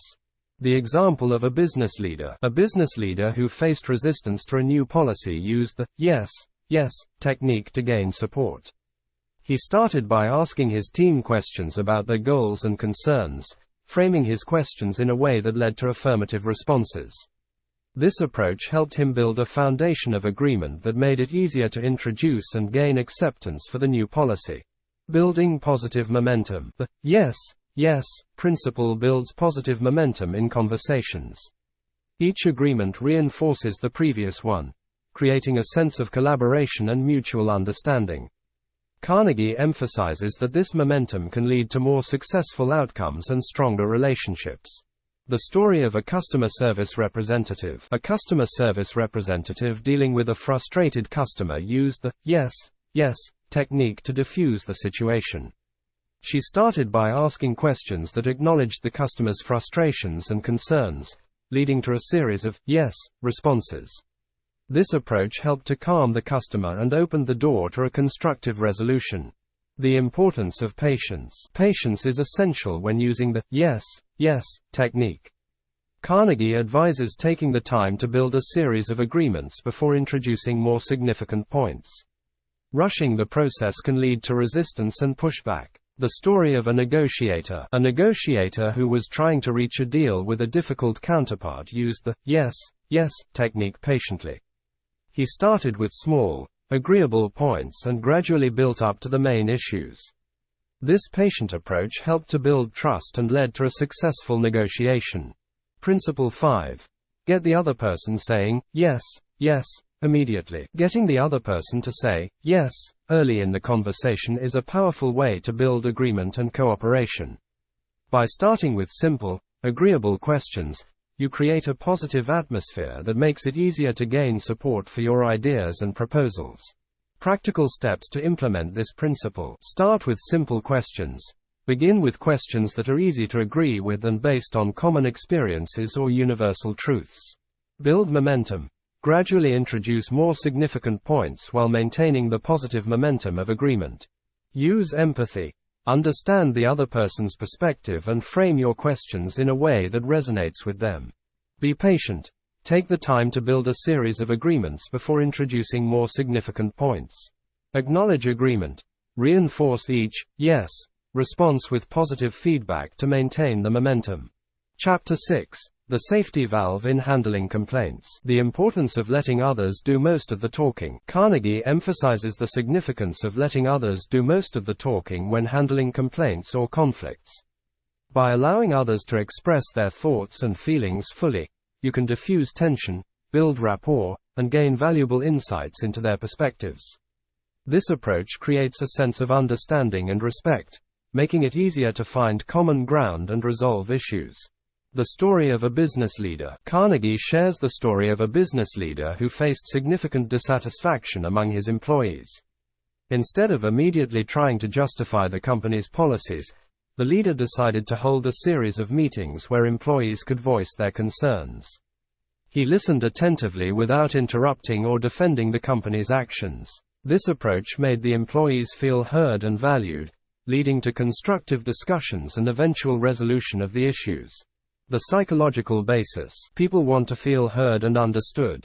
When they are allowed to express their concerns and opinions, it satisfies their need for validation. Carnegie explains that by listening attentively, you show respect and build trust. This can turn potentially hostile situations into opportunities for collaboration and mutual understanding. The example of Abraham Lincoln. Abraham Lincoln was known for his exceptional listening skills. During the Civil War, he often faced criticism and complaints. Instead of responding defensively, Lincoln would listen patiently to the grievances of others. This approach not only helped him understand their concerns but also allowed him to address issues more effectively. Practical techniques for letting others talk. Ask open-ended questions. Encourage the other person to share their thoughts by asking open-ended questions that cannot be answered with a simple yes or no. Show genuine interest. Demonstrate that you are genuinely interested in what the other person has to say. Maintain eye contact, nod, and use verbal affirmations. Avoid interrupting. Let the other person speak without interruptions. Give them the time and space to fully express their thoughts. Reflect and clarify. Reflect back on what the other person has said and ask for clarification if needed. This shows that you are actively listening and trying to understand their perspective. Be patient. Allow the conversation to unfold naturally without rushing or trying to steer it in a particular direction.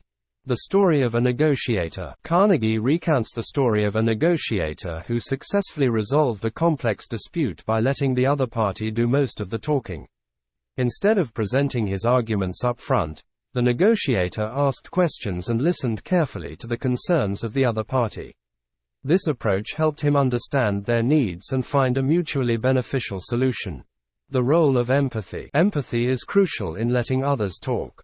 By putting yourself in their shoes and understanding their emotions and perspectives, you can respond with compassion and insight.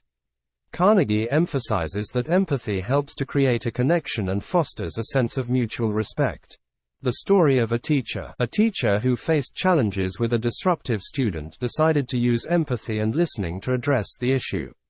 She invited the student to share his thoughts and feelings in a private conversation. By listening without judgment and showing empathy, she gained insight into the student's struggles and was able to provide the support he needed.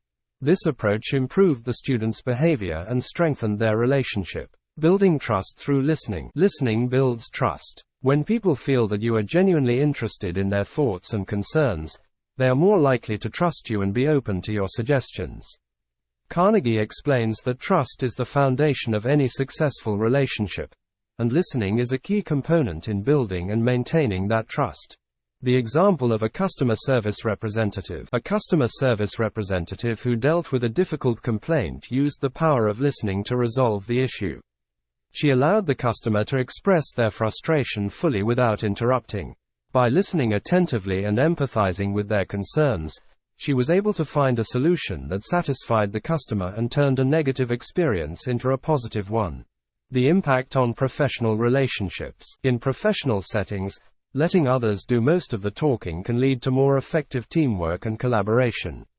When team members feel heard and valued, they are more likely to contribute their ideas and work together towards common goals.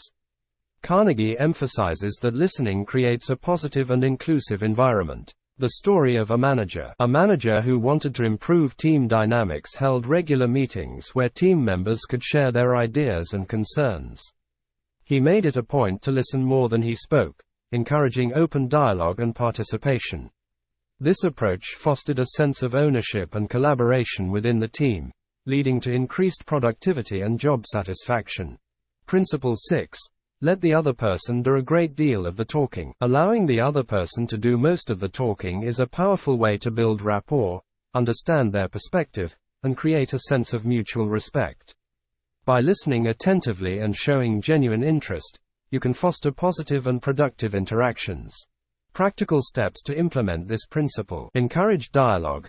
Ask open-ended questions that invite the other person to share their thoughts and feelings. Listen actively. Show that you are listening through verbal affirmations and non-verbal cues like nodding and maintaining eye contact. Avoid interrupting. Give the other person the time and space to speak without interruptions. Reflect and clarify. Reflect back on what the other person has said and ask for clarification to ensure understanding. Show empathy. Demonstrate empathy by acknowledging the other person's feelings and perspective. Chapter 7. How to get cooperation. The power of letting others feel that the idea is theirs. Carnegie emphasizes the importance of letting others feel that an idea is theirs to gain their cooperation. When people feel ownership over an idea, they are more likely to support and work towards its success. This principle involves subtly guiding others to the conclusion you want, while allowing them to believe it was their own. The example of a factory manager. Carnegie shares the story of a factory manager who needed to increase productivity. Instead of issuing direct orders, the manager called a meeting with his workers and asked for their suggestions on how to improve efficiency. By involving the workers in the decision-making process, the manager made them feel that the ideas were theirs. This approach led to increased cooperation and productivity because the workers were more committed to implementing their own ideas. The psychological basis. People are more committed to an idea when they believe it is their own. Carnegie explains that this principle is rooted in the psychological need for autonomy and self-determination. When people feel that they have control and influence over decisions, they are more motivated and engaged. The story of a sales manager. Carnegie recounts the story of a sales manager who successfully turned around his team's performance by making them feel ownership of the sales strategy. Instead of dictating the plan, he gathered his team and asked for their input on the best approach to meet their targets. By incorporating their suggestions and giving them credit for the ideas, the manager fostered a sense of ownership and responsibility, leading to improved performance. Practical techniques for letting others feel ownership. Ask for opinions and suggestions. Involve others in the decision-making process by asking for their opinions and suggestions. This shows that you value their input. Acknowledge contributions. Give credit to others for their ideas and contributions. This reinforces their sense of ownership. Encourage participation. Create opportunities for others to participate in discussions and decisions. This can be done through meetings, brainstorming sessions, or informal conversations. Frame ideas as collaborative efforts. Present your ideas as a starting point for discussion and improvement, rather than as final decisions. This invites others to contribute and refine the ideas. Be open to feedback. Show that you are willing to listen to and incorporate feedback. This demonstrates respect for others' perspectives and reinforces their sense of involvement. The story of a community leader. A community leader who needed to gain support for a new initiative used the principle of letting others feel ownership. She organized community meetings where residents could voice their concerns and suggestions. By incorporating their ideas into the final plan and giving them credit, she built strong community support and cooperation for the initiative. The role of empathy. Empathy plays a crucial role in this principle. By understanding others' perspectives and involving them in the decision-making process, you show that you value their contributions. Carnegie emphasizes that empathy helps create a sense of partnership and collaboration. The story of a teacher. A teacher who struggled with student engagement decided to involve her students in creating classroom rules. She asked for their input on what rules they thought were fair and necessary. By letting the students feel ownership over the rules, the teacher noticed a significant improvement in behavior and engagement. The students were more willing to follow the rules because they felt that they had a hand in creating them. Building a positive work environment. Creating a positive work environment where people feel their contributions are valued leads to increased motivation and job satisfaction. Carnegie explains that when employees feel a sense of ownership, they are more likely to be committed to their work and the organization's goals. The example of a corporate leader. A corporate leader who excelled in fostering a positive work environment always made it a point to involve his team in strategic decisions. He would hold regular brainstorming sessions and encourage team members to share their ideas.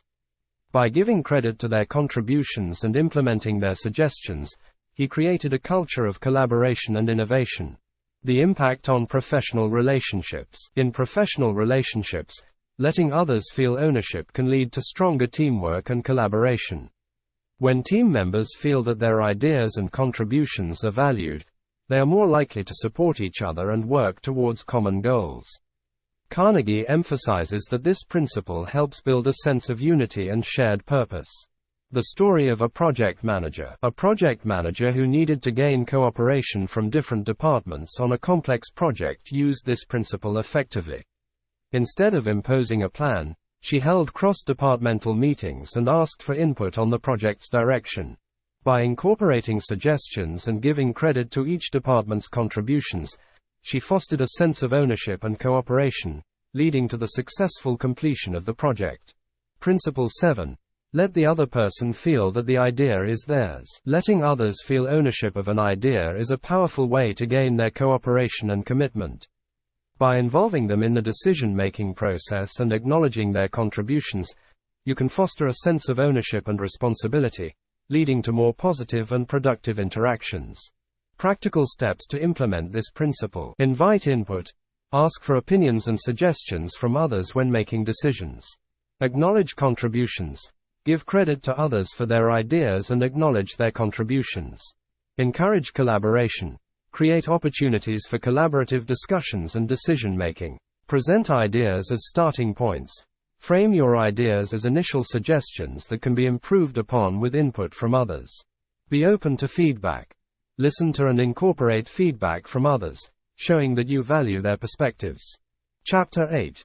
A formula that will work wonders for you. The importance of letting others save face. Carnegie emphasizes that it is crucial to let others save face when dealing with conflicts or mistakes.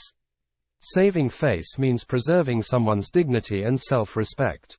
When people feel humiliated or embarrassed, they become defensive and less cooperative.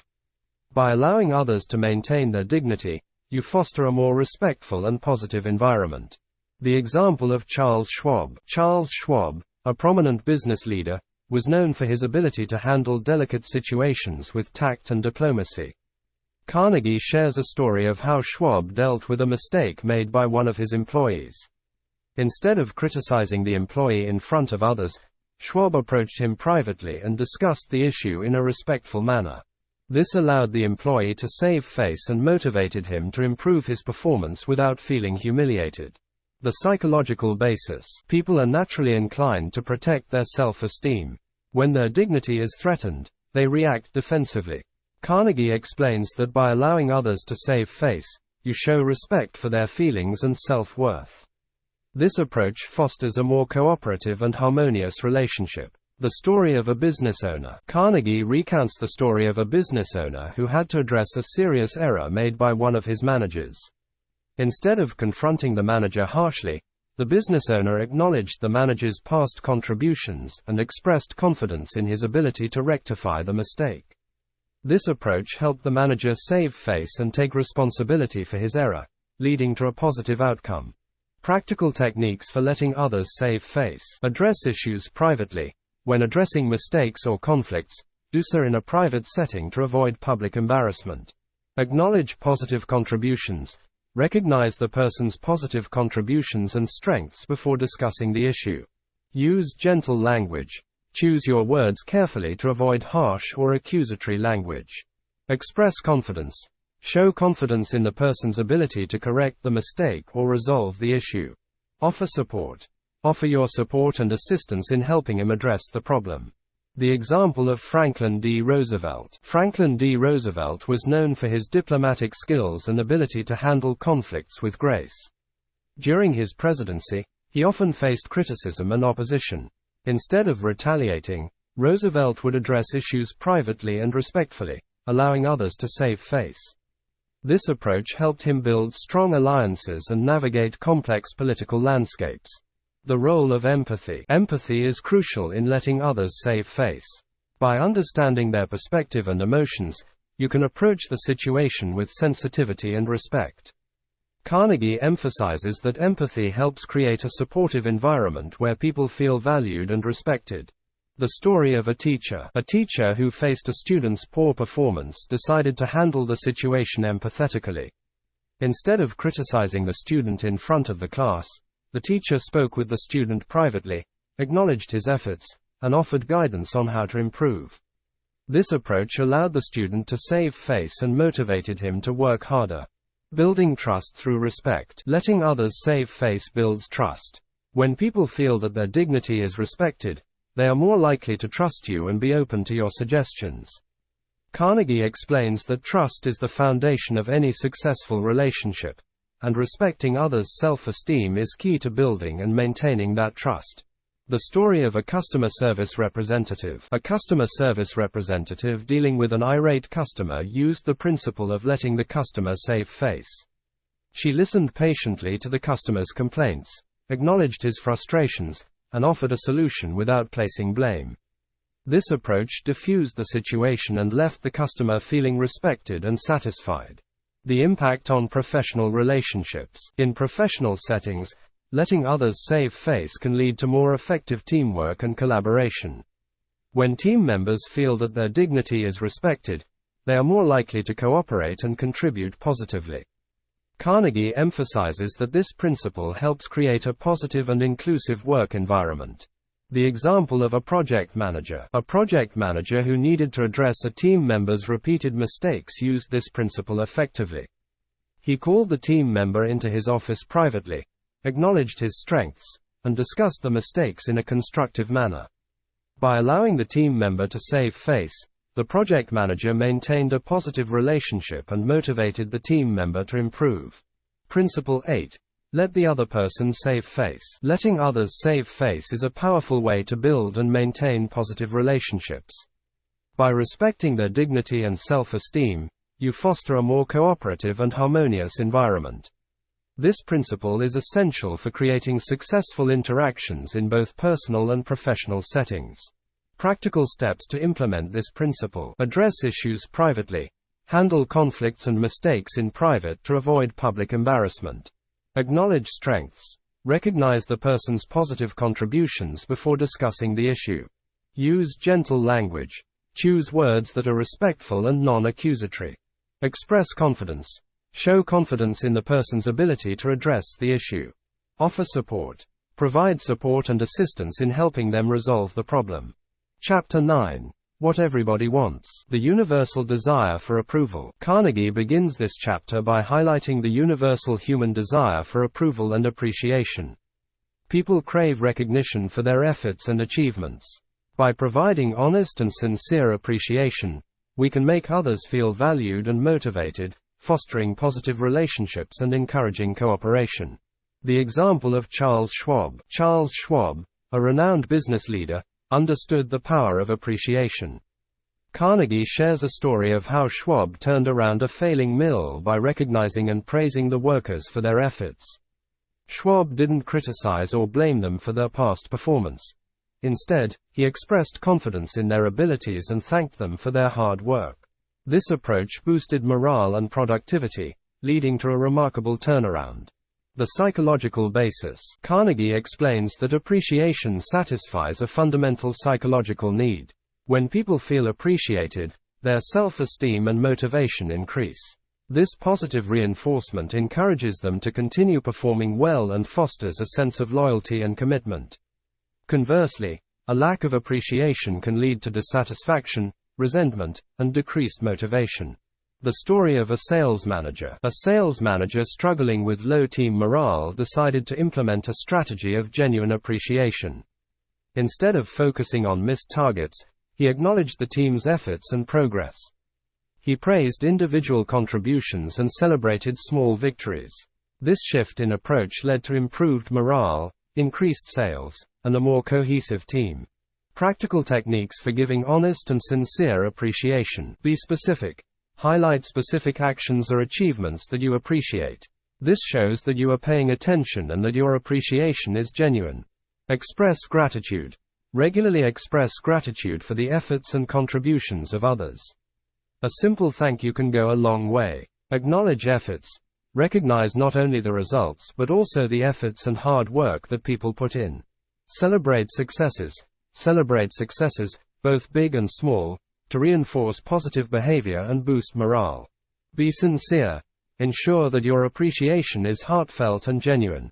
Insincere praise can do more harm than good. The example of a school principal. A school principal who faced declining student performance decided to focus on appreciation. She implemented a program to recognize students' efforts and achievements, both academically and in extracurricular activities. By regularly acknowledging and celebrating their successes, she created a positive school culture that motivated students to strive for excellence. The role of empathy. Empathy plays a crucial role in giving sincere appreciation. By understanding and acknowledging the challenges and efforts of others, you can provide more meaningful and impactful praise. Carnegie emphasizes that empathy helps create a deeper connection and fosters a supportive environment. The story of a customer service representative. A customer service representative who excelled in her role used empathy and appreciation to build strong relationships with customers. She would listen carefully to their concerns, acknowledge their patience, and thank them for their feedback. This approach not only resolved issues effectively but also left customers feeling valued and respected. Building a positive environment. Creating a positive environment where appreciation is regularly expressed leads to increased motivation and satisfaction. Carnegie explains that when people feel valued, they are more likely to be engaged and committed. This positive atmosphere can enhance both personal and professional relationships. The example of a corporate leader. A corporate leader who successfully built a positive work culture made appreciation a core value of his leadership. He would regularly acknowledge the efforts of his team, celebrate milestones, and publicly recognize individual achievements. This approach fostered a sense of belonging and loyalty, leading to high employee retention and performance. The impact on professional relationships. In professional settings, providing honest and sincere appreciation can lead to stronger teamwork and collaboration. When team members feel appreciated, they are more likely to support each other and work towards common goals. Carnegie emphasizes that appreciation helps build a sense of unity and shared purpose. The story of a project manager. A project manager who needed to improve team dynamics used the power of appreciation to bring the team together. He made it a point to recognize and praise team members' contributions in meetings and emails. This approach created a positive team spirit and encouraged everyone to collaborate effectively. Principle 9. Give honest and sincere appreciation. Giving honest and sincere appreciation is a powerful way to build positive relationships.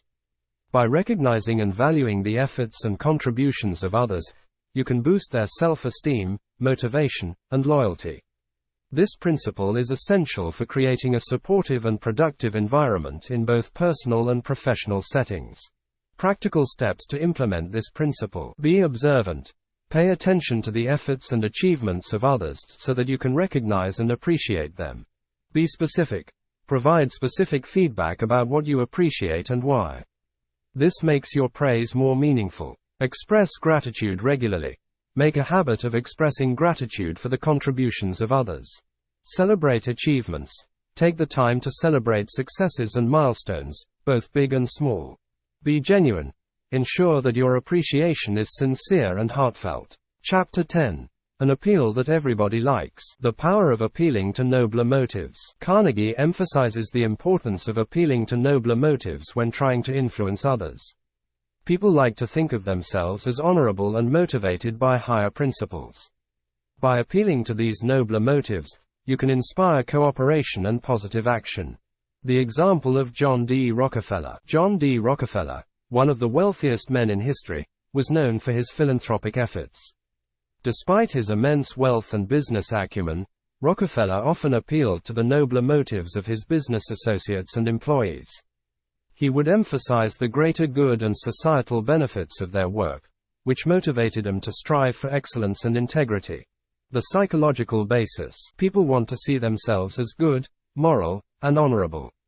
When you appeal to their nobler motives, you validate this self-perception and encourage them to act in ways that align with these higher principles.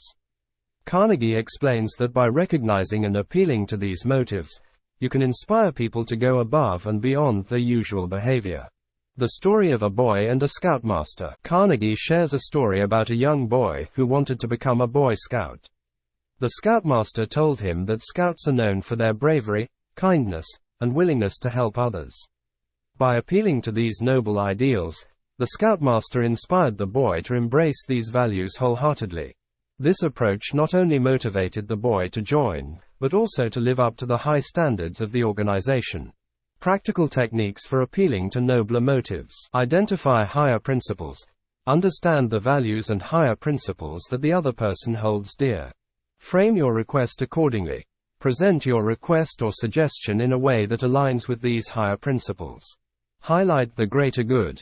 Emphasize how the action or decision will contribute to the greater good or a noble cause.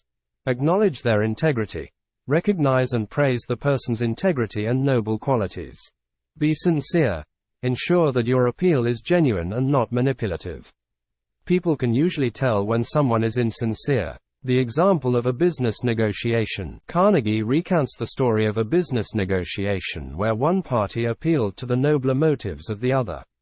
Instead of focusing solely on profits, the negotiator emphasized how the deal would benefit the community, create jobs, and improve quality of life.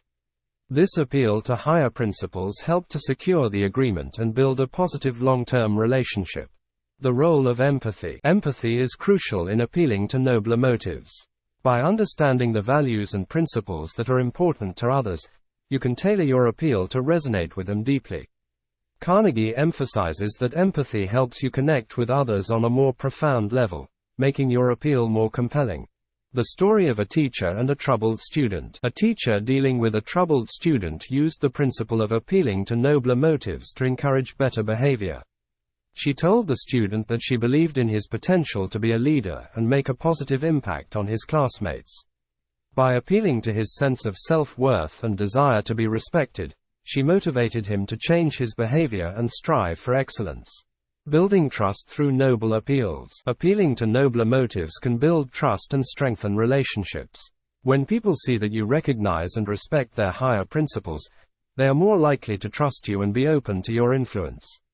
Carnegie explains that this trust is the foundation of successful and meaningful relationships. The example of a community leader. A community leader who wanted to rally support for a new initiative used this principle effectively. She appealed to the residents' sense of civic duty and their desire to improve the community. By highlighting the positive impact their involvement would have, she inspired widespread support and active participation. The impact on professional relationships. In professional settings, appealing to nobler motives can lead to greater cooperation and commitment. When employees feel that their work is contributing to a higher purpose, they are more likely to be engaged and motivated. Carnegie emphasizes that this approach helps create a positive and purpose-driven work environment. The story of a project manager. A project manager who needed to motivate his team to meet a challenging deadline appealed to their sense of pride and commitment to quality. He reminded them of the importance of their work and how it would benefit the company and its clients. This appeal to their higher principles inspired the team to put in extra effort and complete the project successfully. Principle 10. Appeal to the nobler motives. Appealing to the nobler motives of others is a powerful way to inspire positive action and build strong relationships. By recognizing and validating their higher principles, you can encourage cooperation and commitment.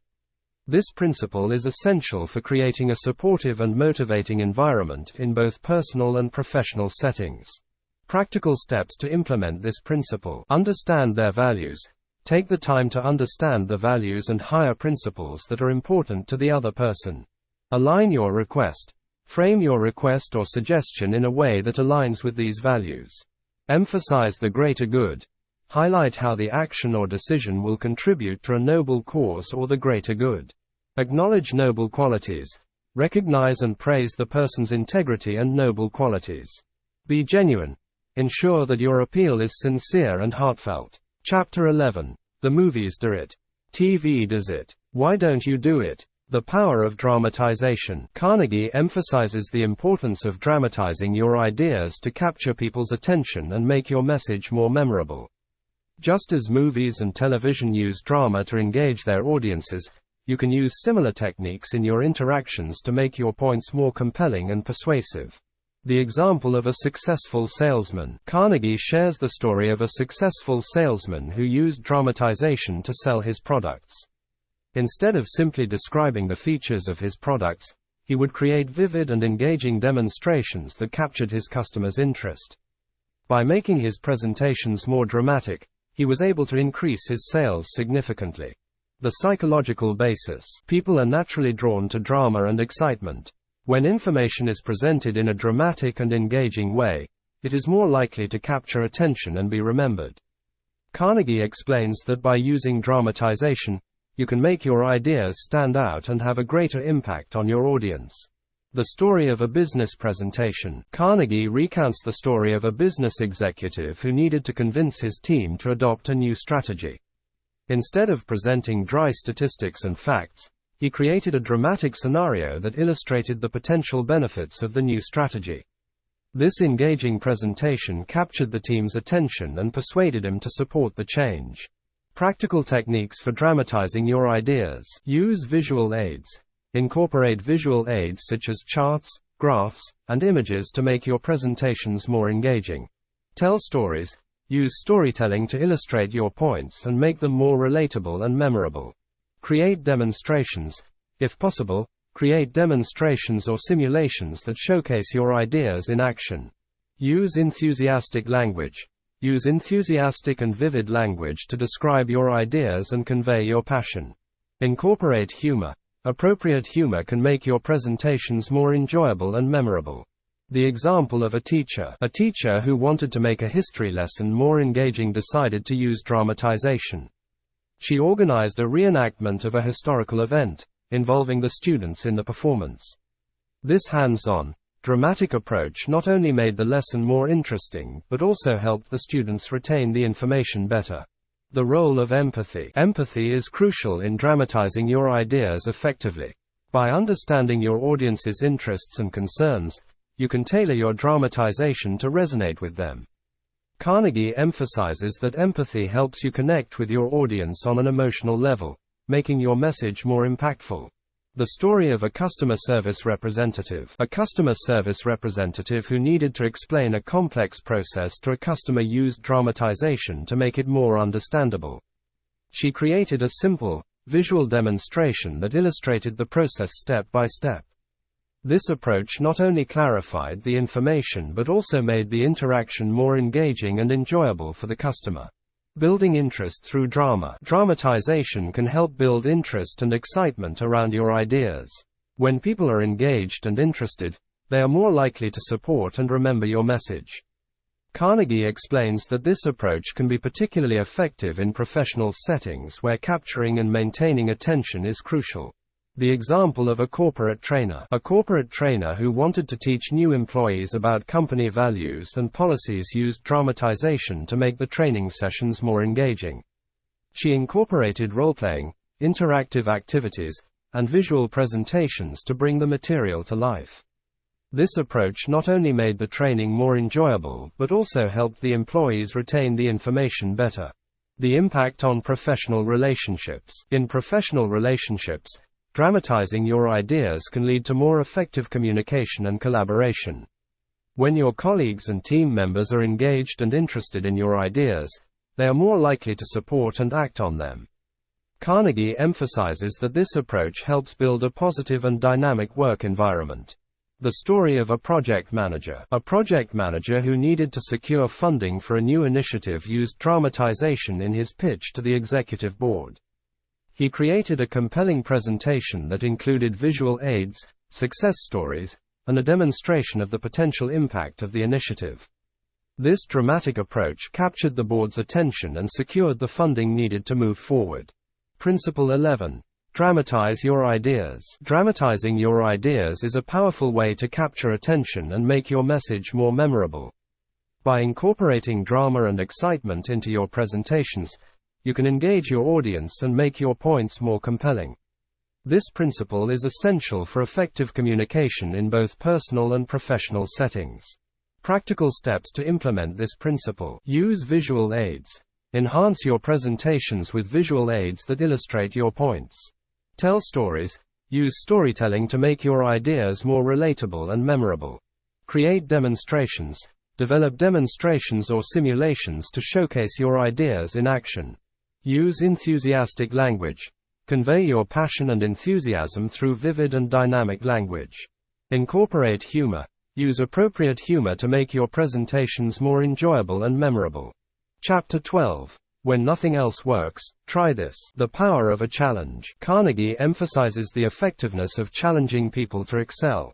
People are naturally competitive and enjoy rising to a challenge.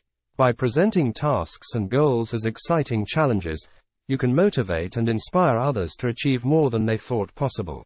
The example of Charles Schwab. Charles Schwab, the famous industrialist, often used challenges to motivate his employees.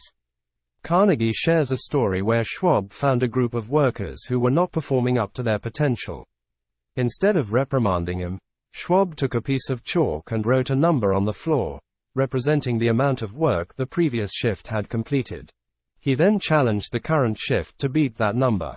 This simple challenge motivated the workers to increase their productivity significantly. The psychological basis. People are driven by a desire to excel and be recognized for their achievements. When presented with a challenge, individuals are more likely to put in extra effort and creativity to meet and exceed expectations. Carnegie explains that challenges tap into this natural drive, making tasks more engaging and rewarding. The story of a factory supervisor. Carnegie recounts the story of a factory supervisor who used challenges to improve productivity.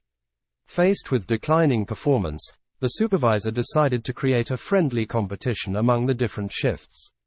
He offered a small reward for the shift that produced the most work. This challenge sparked a sense of competition and camaraderie among the workers, leading to a significant increase in productivity.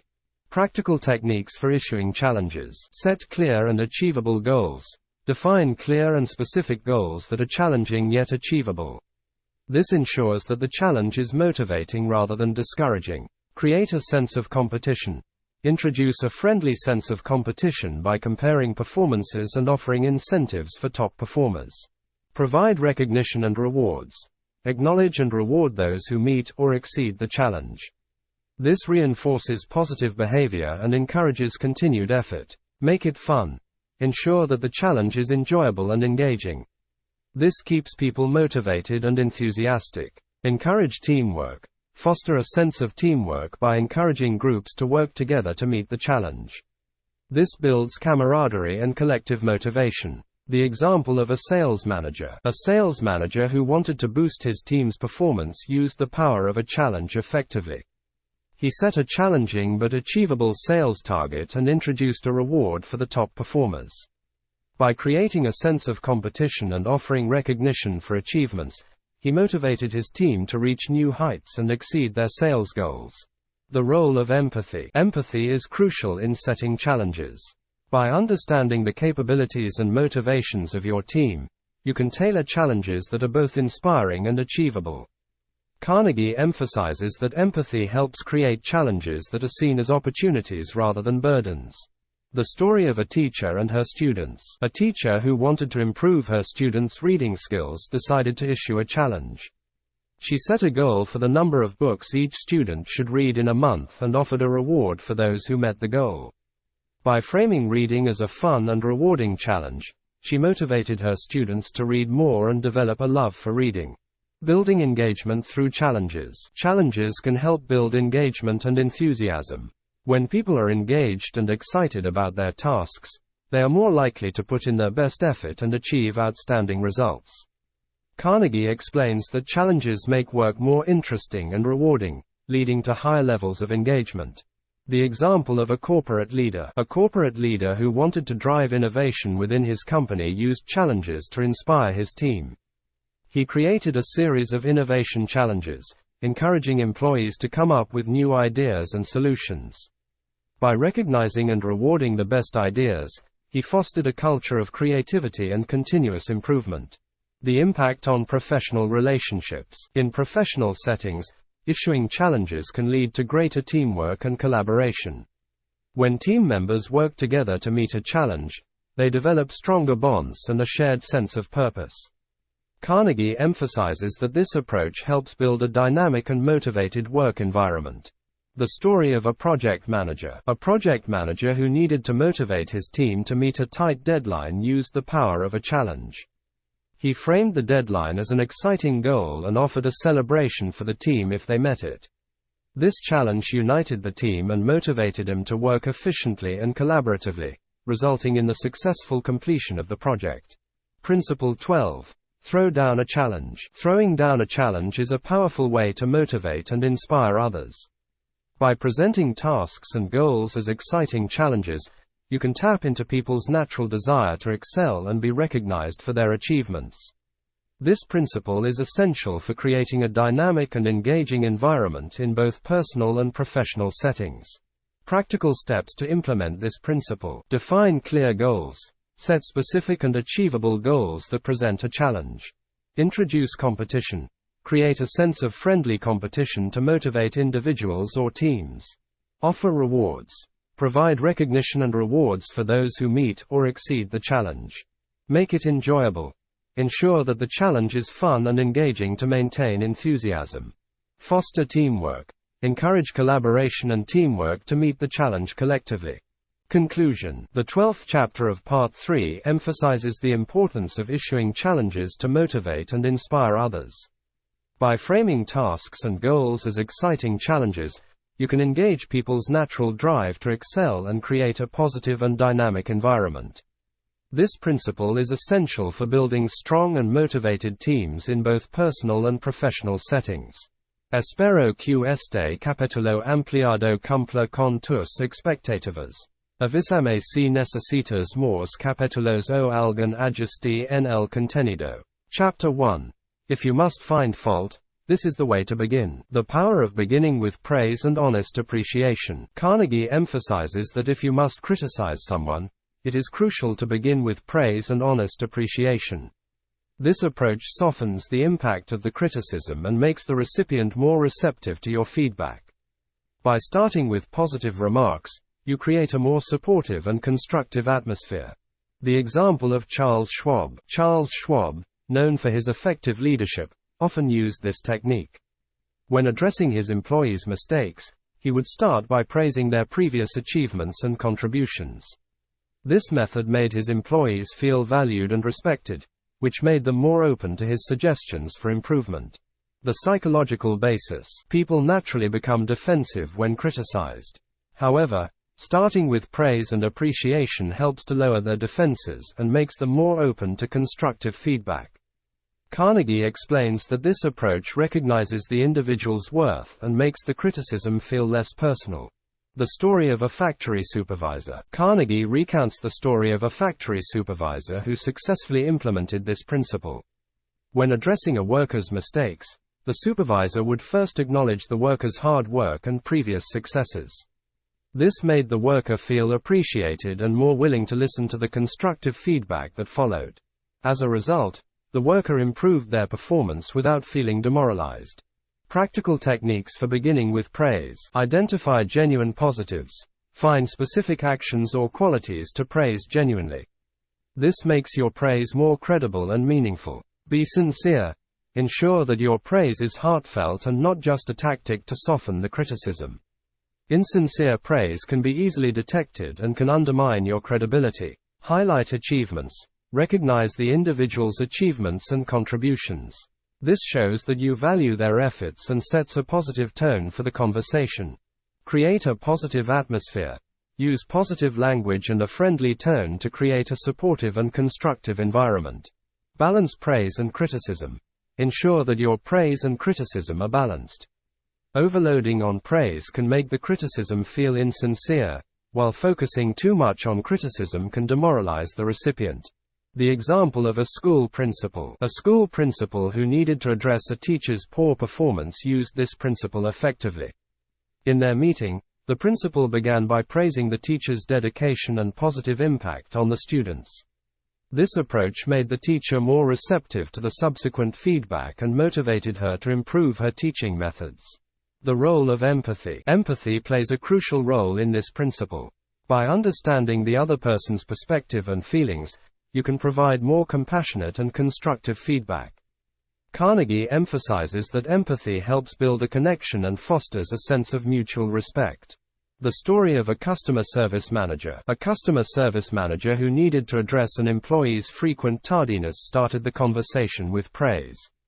She acknowledged the employee's excellent customer service skills and dedication to helping clients. This approach made the employee more open to discussing the issue of tardiness and finding a solution. Building trust through positive feedback. Starting with praise helps build trust. When people feel appreciated and valued, they are more likely to trust your intentions and be open to your feedback.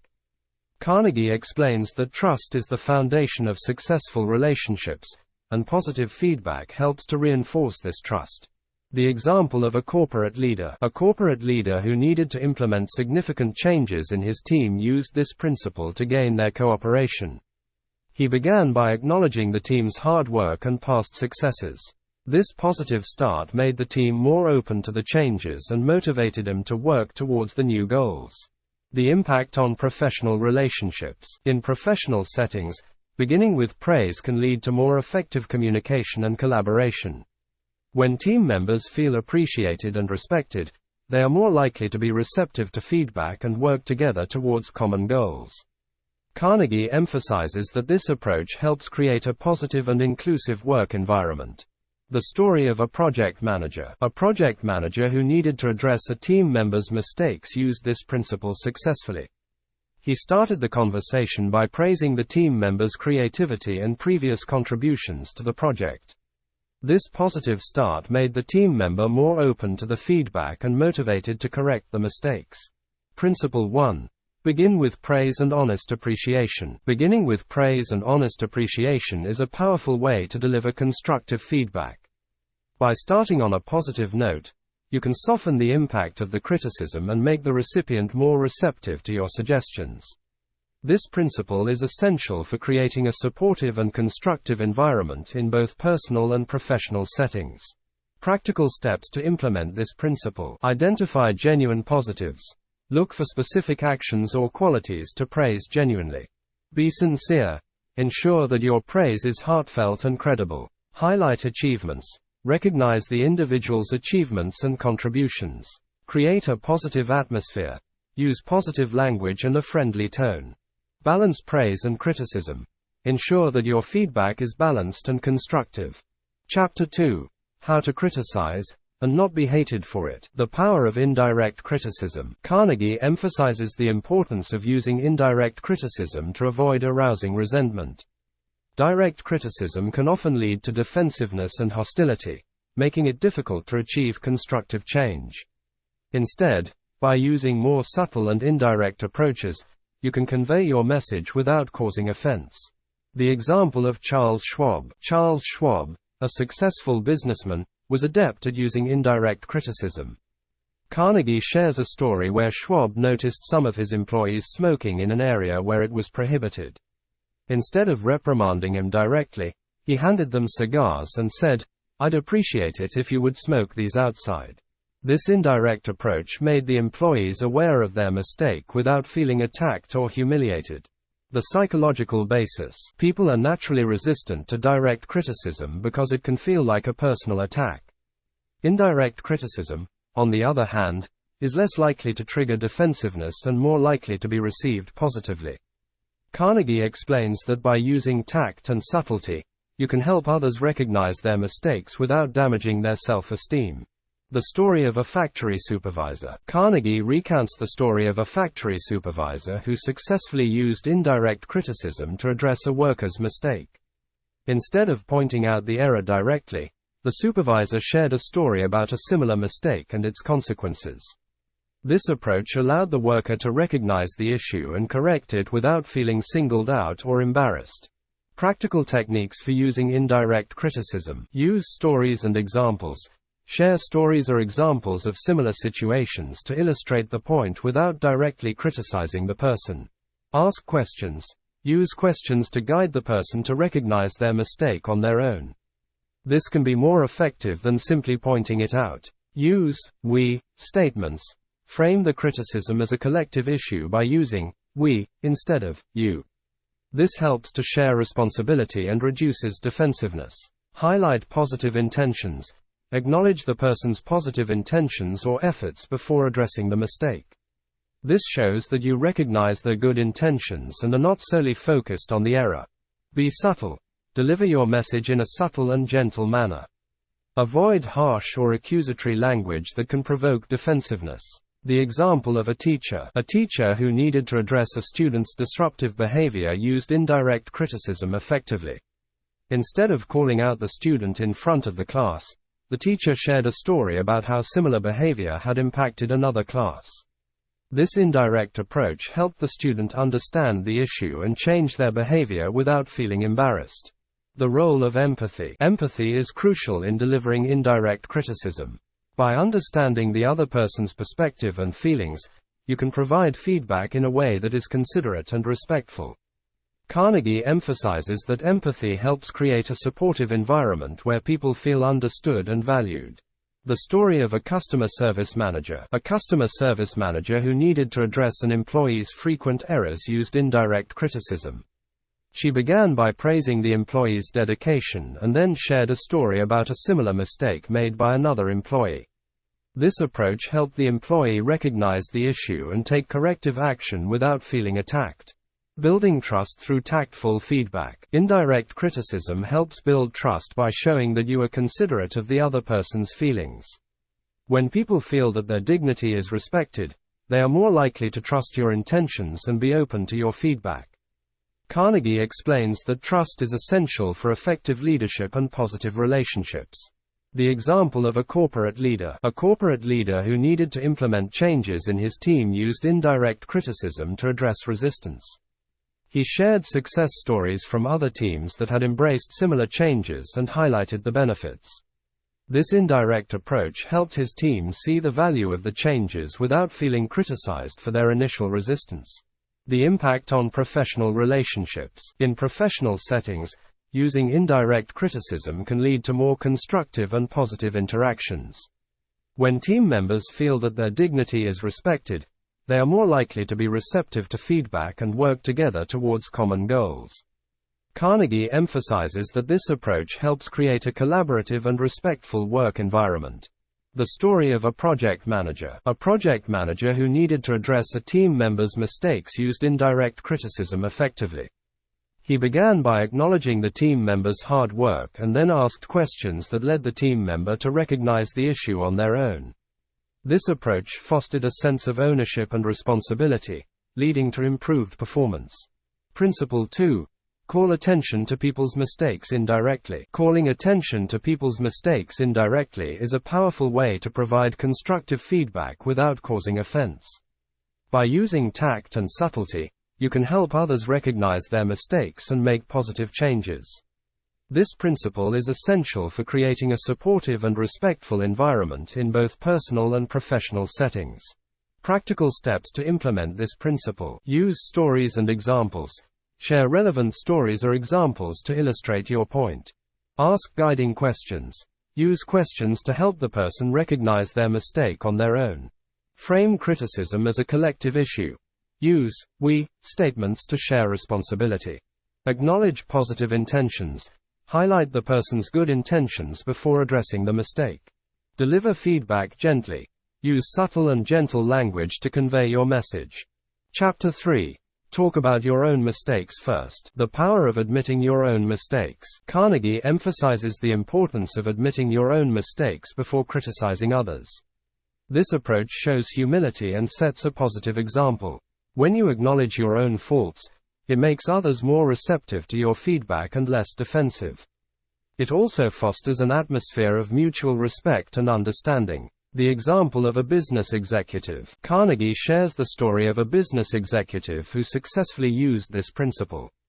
Before pointing out the errors of his employees, he would first acknowledge similar mistakes he had made in the past.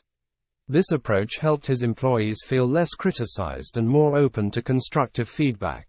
It also showed that the executive was not infallible, which built trust and respect among his team. The psychological basis. People are naturally defensive when their mistakes are pointed out. However, when you admit your own mistakes first, it lowers their defenses and makes them more willing to listen.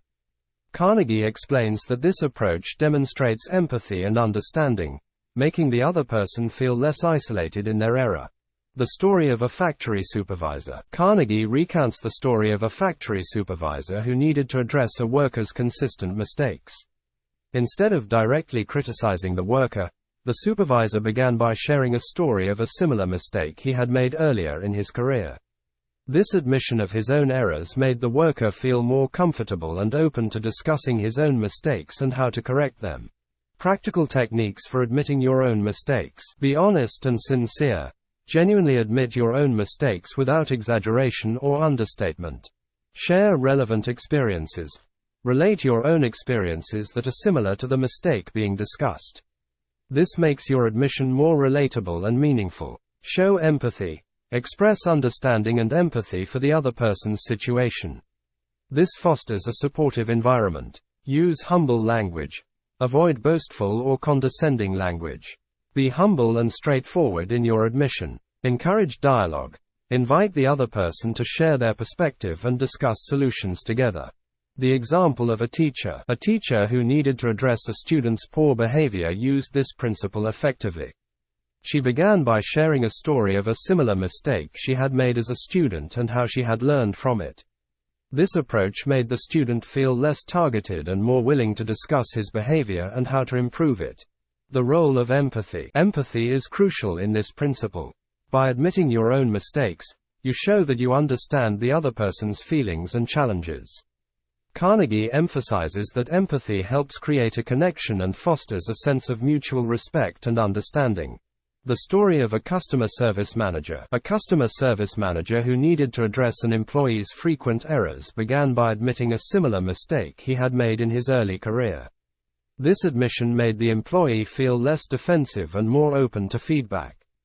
The manager's empathy and humility created a supportive environment for discussing solutions. Building trust through humility. Admitting your own mistakes builds trust. When people see that you are willing to acknowledge your own faults, they are more likely to trust your intentions and be open to your feedback. Carnegie explains that humility is essential for effective leadership and positive relationships. The example of a corporate leader. A corporate leader who needed to implement changes in his team used this principle to gain their cooperation. He began by admitting mistakes he had made in previous projects and how he had learned from them. This admission made the team more receptive to the proposed changes and motivated them to work towards common goals. The impact on professional relationships. In professional settings, Admitting your own mistakes can lead to more effective communication and collaboration. When team members feel that their leaders are humble and understanding, they are more likely to be receptive to feedback and work together towards improvement.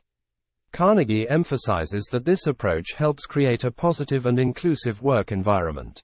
The story of a project manager. A project manager who needed to address a team member's mistakes used this principle effectively. He began by acknowledging similar mistakes he had made in the past and how he had learned from them. This admission made the team member more open to discussing his own mistakes and finding solutions together. Principle 3. Talk about your own mistakes before criticizing the other person. Talking about your own mistakes before criticizing others is a powerful way to provide constructive feedback. By showing humility and empathy, you create a supportive environment where the other person feels less defensive and more open to your feedback. This principle is essential for creating positive and productive relationships in both personal and professional settings.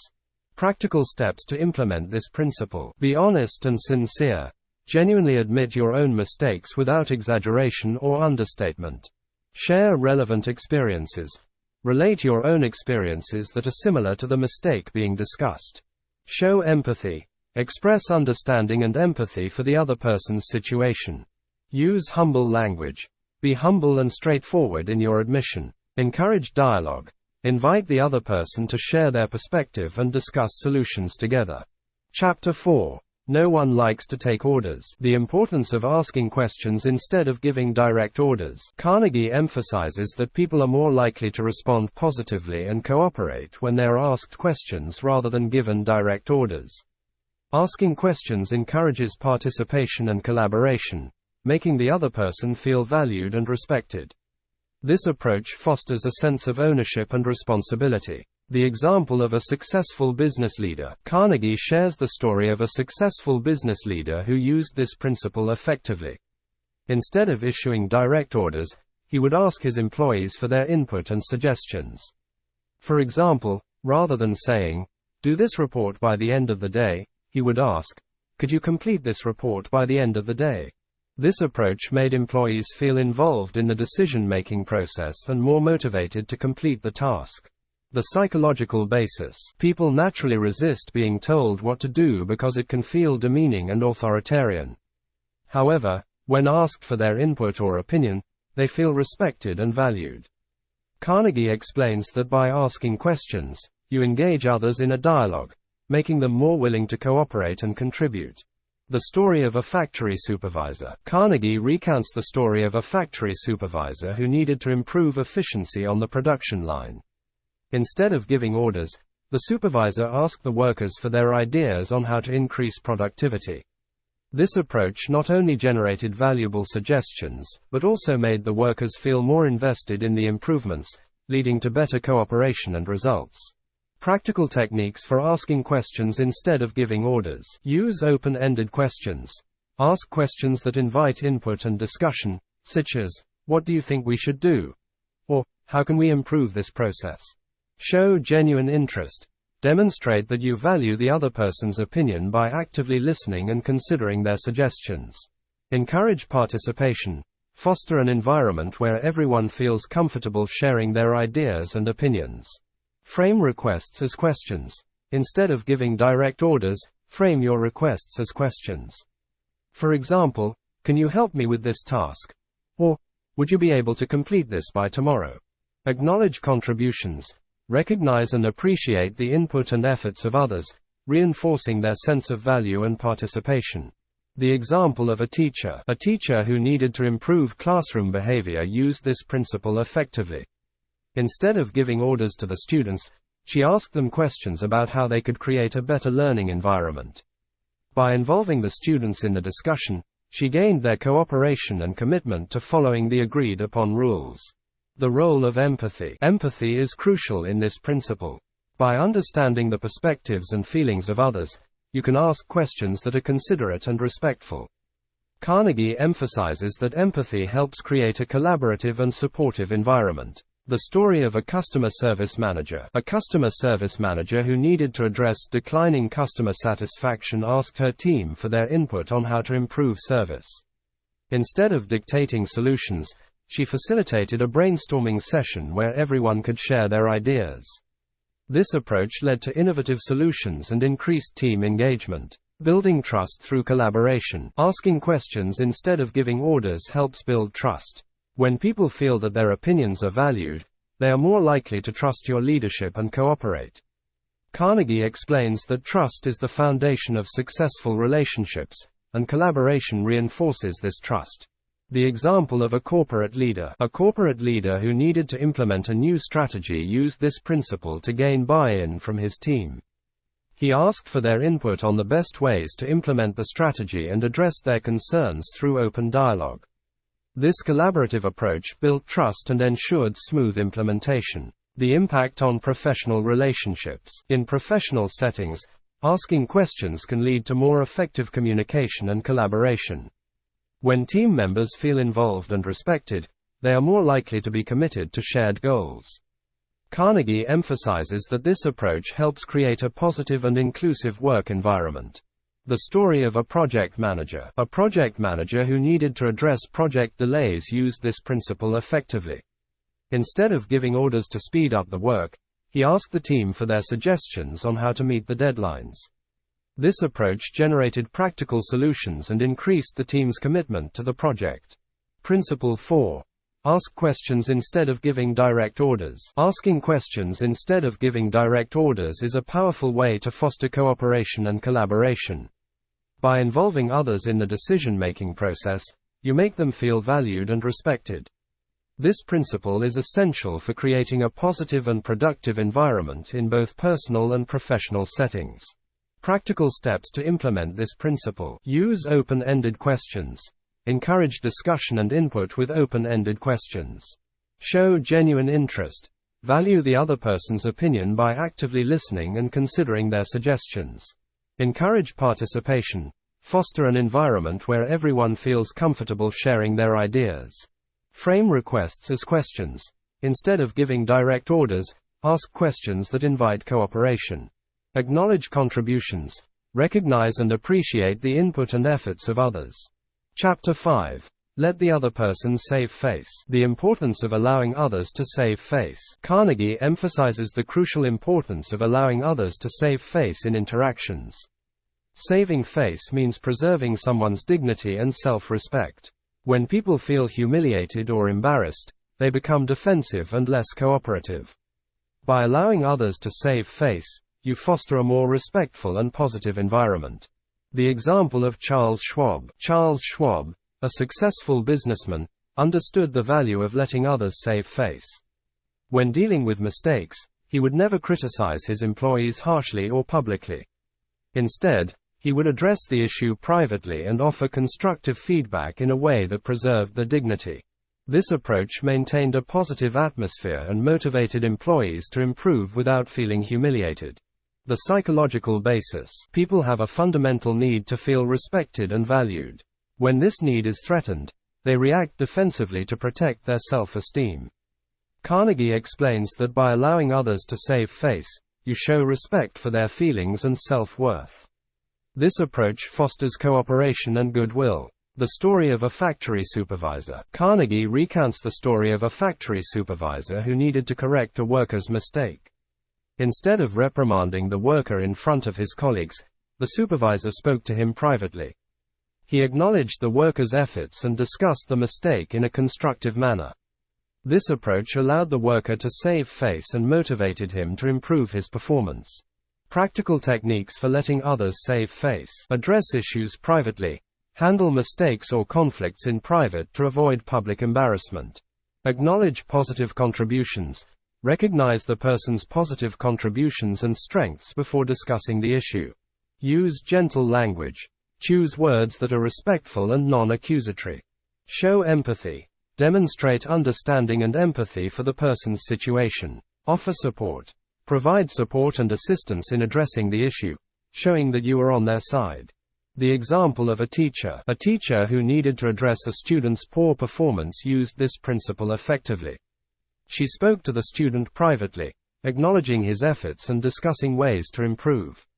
By allowing the student to save face, She maintained his self-esteem and motivated him to work harder. The role of empathy. Empathy is crucial in letting others save face.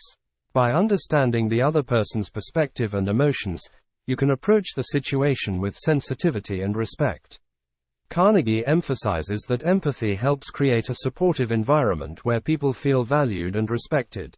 The story of a customer service representative. A customer service representative who needed to address a customer's complaint used this principle effectively. She listened to the customer's concerns, acknowledged their frustration, and offered a solution without placing blame. This approach allowed the customer to save face and left them feeling respected and satisfied. Building trust through respect. Letting others save face builds trust. When people feel that their dignity is respected, they are more likely to trust your intentions and be open to your suggestions. Carnegie explains that trust is the foundation of successful relationships, and respecting others' self-esteem is key to building and maintaining that trust. The example of a corporate leader. A corporate leader who needed to implement significant changes in his team used this principle to gain their cooperation. He acknowledged the team's hard work and addressed their concerns privately, discussing the changes in a way that allowed everyone to save face. This approach built trust and ensured smooth implementation of the changes.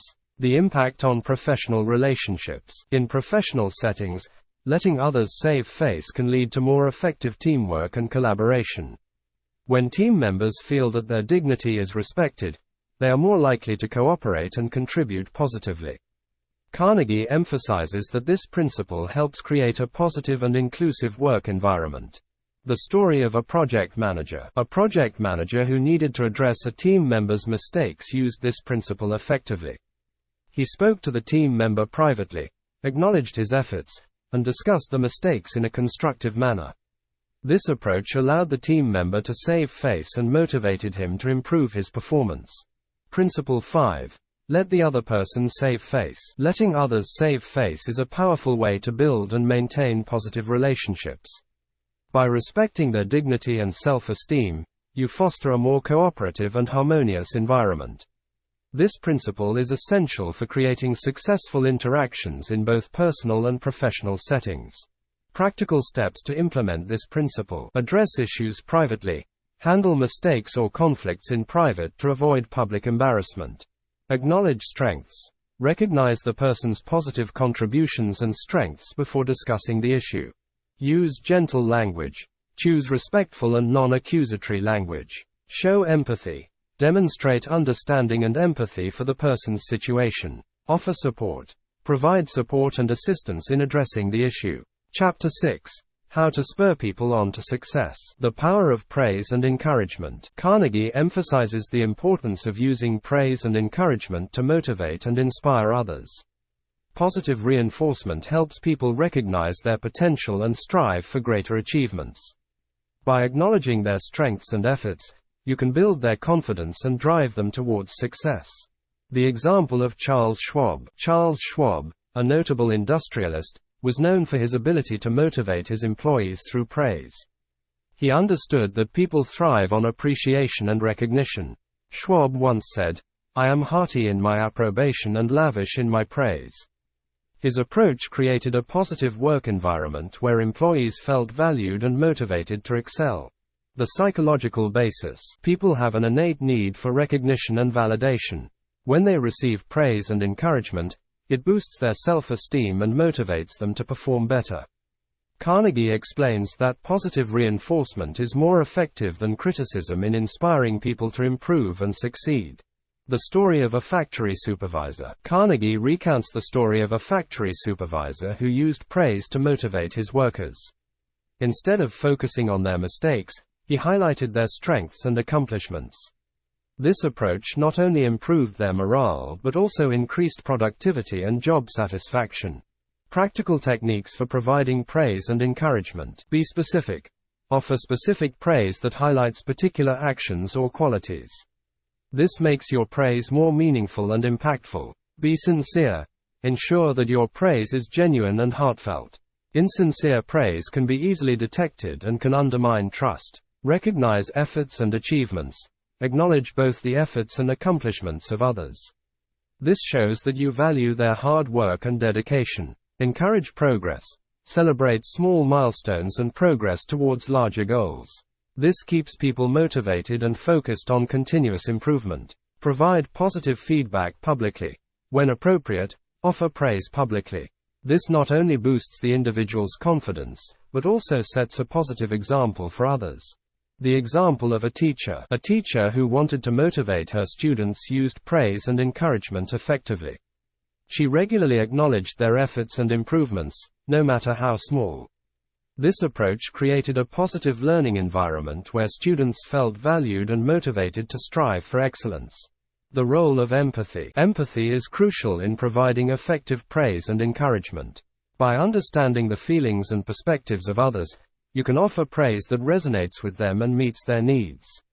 Carnegie emphasizes that empathy helps create a supportive and nurturing environment. The story of a customer service manager who wanted to improve team performance used praise and encouragement to great effect. She acknowledged her team's hard work and celebrated their successes. This approach boosted morale, increased job satisfaction, and led to better customer service outcomes. Building confidence through praise. Praise and encouragement help build confidence. When people feel appreciated and recognized, they are more likely to believe in their abilities and take on new challenges. Carnegie explains that building confidence is key to inspiring people to achieve their full potential. The example of a corporate leader who wanted to drive innovation in his company used praise and encouragement to motivate his team. He regularly recognized their creative ideas and celebrated their successes. This approach fostered a culture of innovation and continuous improvement. The impact on professional relationships. In professional settings, providing praise and encouragement can lead to more effective teamwork and collaboration. When team members feel valued and appreciated, they are more likely to contribute positively and support each other. Carnegie emphasizes that this approach helps create a positive and productive work environment. The story of a project manager who needed to motivate his team to meet a tight deadline used praise and encouragement. He acknowledged their hard work and celebrated small achievements along the way. This approach kept the team motivated and focused, leading to the successful completion of the project. Principle 6. Praise the slightest improvement and praise every improvement. Be hearty in your approbation and lavish in your praise. Praising even the smallest improvements and being generous with your praise is a powerful way to motivate and inspire others. By recognizing and celebrating progress, you can build confidence and drive people towards greater success. This principle is essential for creating a supportive and motivating environment in both personal and professional settings. Practical steps to implement this principle. Offer specific praise. Highlight specific actions or qualities in your praise. Be genuine. Ensure that your praise is sincere and heartfelt. Acknowledge efforts and achievements. Recognize both efforts and accomplishments. Celebrate progress. Celebrate small milestones and continuous improvement. Provide public praise. When appropriate, offer praise publicly to set a positive example. Chapter 7. Give a dog a good name. The power of a positive reputation. Carnegie emphasizes the importance of giving people a good reputation to live up to. When you assign someone a positive label, they are more likely to work hard to maintain that reputation. This technique can be particularly effective in encouraging people to improve their behavior and performance. The example of a restaurant manager who had a new hire who was struggling to meet expectations used this principle effectively. Instead of criticizing the new employee, the manager praised his potential and referred to him as a future star of the team. This positive labeling motivated the employee to work harder and improve his performance, eventually living up to the manager's praise. The psychological basis. People want to be seen in a positive light and will often strive to meet the expectations set for them. Carnegie explains that when you give someone a good reputation to live up to, you boost their self-esteem and motivate them to act in ways that reinforce that positive image. The story of a school principal. A school principal who was dealing with a troublesome student decided to use this principle. Instead of focusing on the student's misbehavior, the principal called the student, a natural leader, and discussed how he could use his leadership skills for positive purposes. This new reputation encouraged the student to change his behavior and take on a more positive role in school activities. Practical techniques for giving a good reputation. Identify positive qualities. Look for positive attributes and potential in the person you want to encourage. Communicate your belief. Express your belief in their abilities and potential openly and sincerely. Assign a positive label. Give them a positive reputation or label to live up to, such as problem solver or team player. Reinforce positive behavior. Acknowledge and praise actions that align with the positive reputation you have given them. Be consistent. Continuously support and reinforce the positive reputation to ensure it takes hold. The example of a sports coach. A sports coach who wanted to boost the confidence of a struggling athlete used this principle effectively. He started calling the athlete a natural talent, and frequently praised his efforts and improvements. This positive reinforcement motivated the athlete to work harder and eventually improve his performance significantly. The role of empathy. Empathy is crucial in giving someone a good reputation to live up to. By understanding their potential and challenges, you can offer genuine and meaningful praise that resonates with them. Carnegie emphasizes that empathy helps create a supportive environment where people feel valued and motivated. The story of a customer service team leader. A customer service team leader who wanted to improve the performance of her team members began by assigning each of them a positive reputation. She referred to one team member as the go-to problem solver and another as the customer care expert. This approach boosted their confidence and motivated them to live up to their new reputations, leading to improved performance and customer satisfaction. Building a positive work environment. Giving people a good reputation to live up to helps build a positive work environment. When employees feel that their potential is recognized and valued, they are more likely to be engaged and motivated. Carnegie explains that this approach fosters a culture of mutual respect and continuous improvement.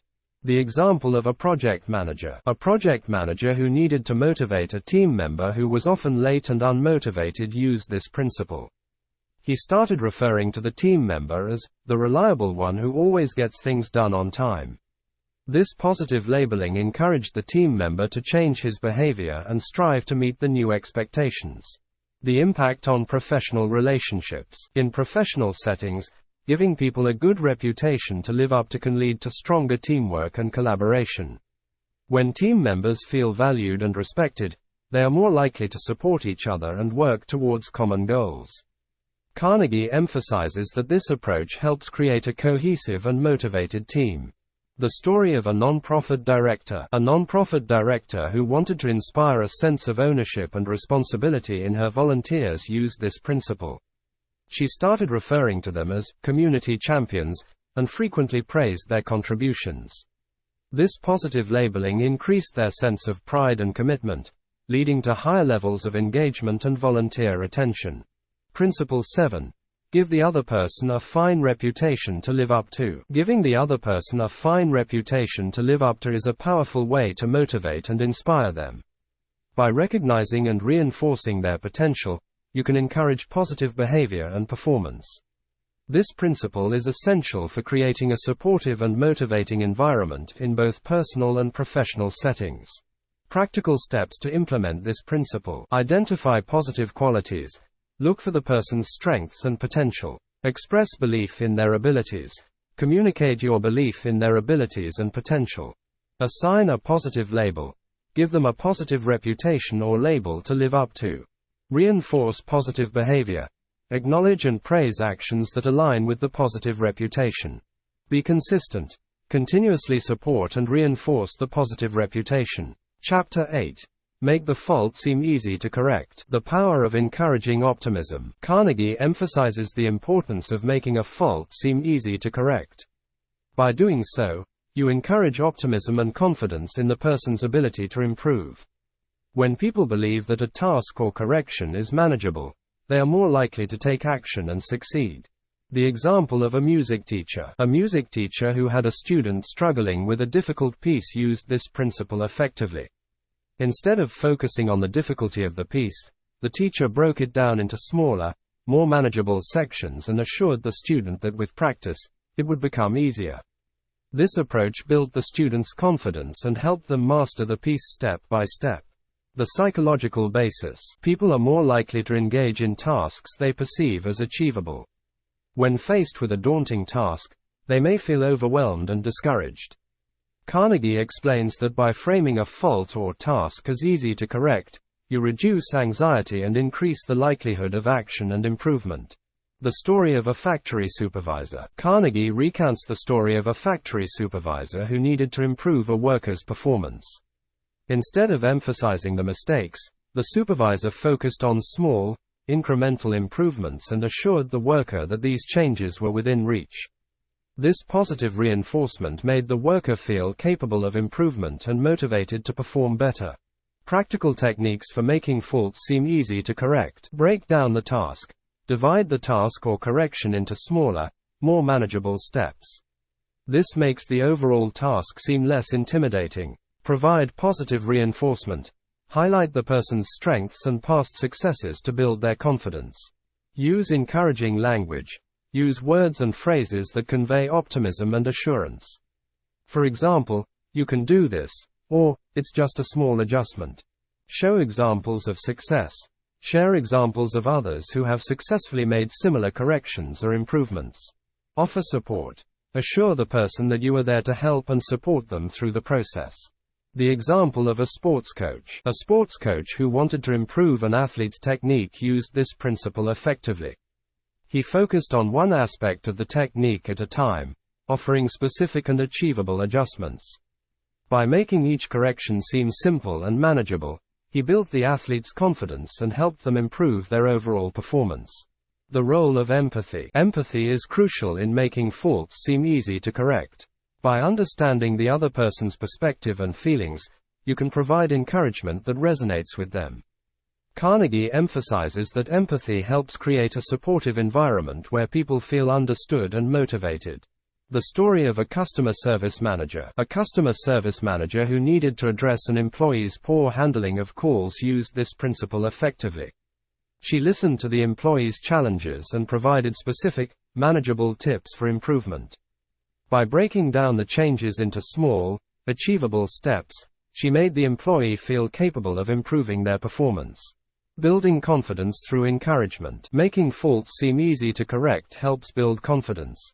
When people feel that their challenges are surmountable, they are more likely to take proactive steps towards improvement. Carnegie explains that confidence is key to personal and professional growth. The example of a corporate leader. A corporate leader who needed to implement a new process in his team used this principle to ease the transition. He broke down the process into simple steps and provided training and support. By presenting the change as manageable and straightforward, he reduced resistance and increased buy-in from the team. The impact on professional relationships. In professional settings, making faults seem easy to correct can lead to more effective communication and collaboration. When team members feel confident in their ability to improve, they are more likely to contribute positively and support each other. Carnegie emphasizes that this approach helps create a positive and proactive work environment. The story of a project manager. A project manager who needed to address a team member's frequent errors used this principle effectively. He highlighted the team members' strengths and provided specific, achievable steps for improvement. This approach built the team members' confidence and motivated them to take corrective action. Principle 8. Make the fault seem easy to correct. Making faults seem easy to correct is a powerful way to encourage and motivate others. By framing challenges as manageable and providing support, you can build confidence and inspire positive action. This principle is essential for creating a supportive and motivating environment in both personal and professional settings. Practical steps to implement this principle. Break down the task. Divide the task or correction into smaller, manageable steps. Provide positive reinforcement.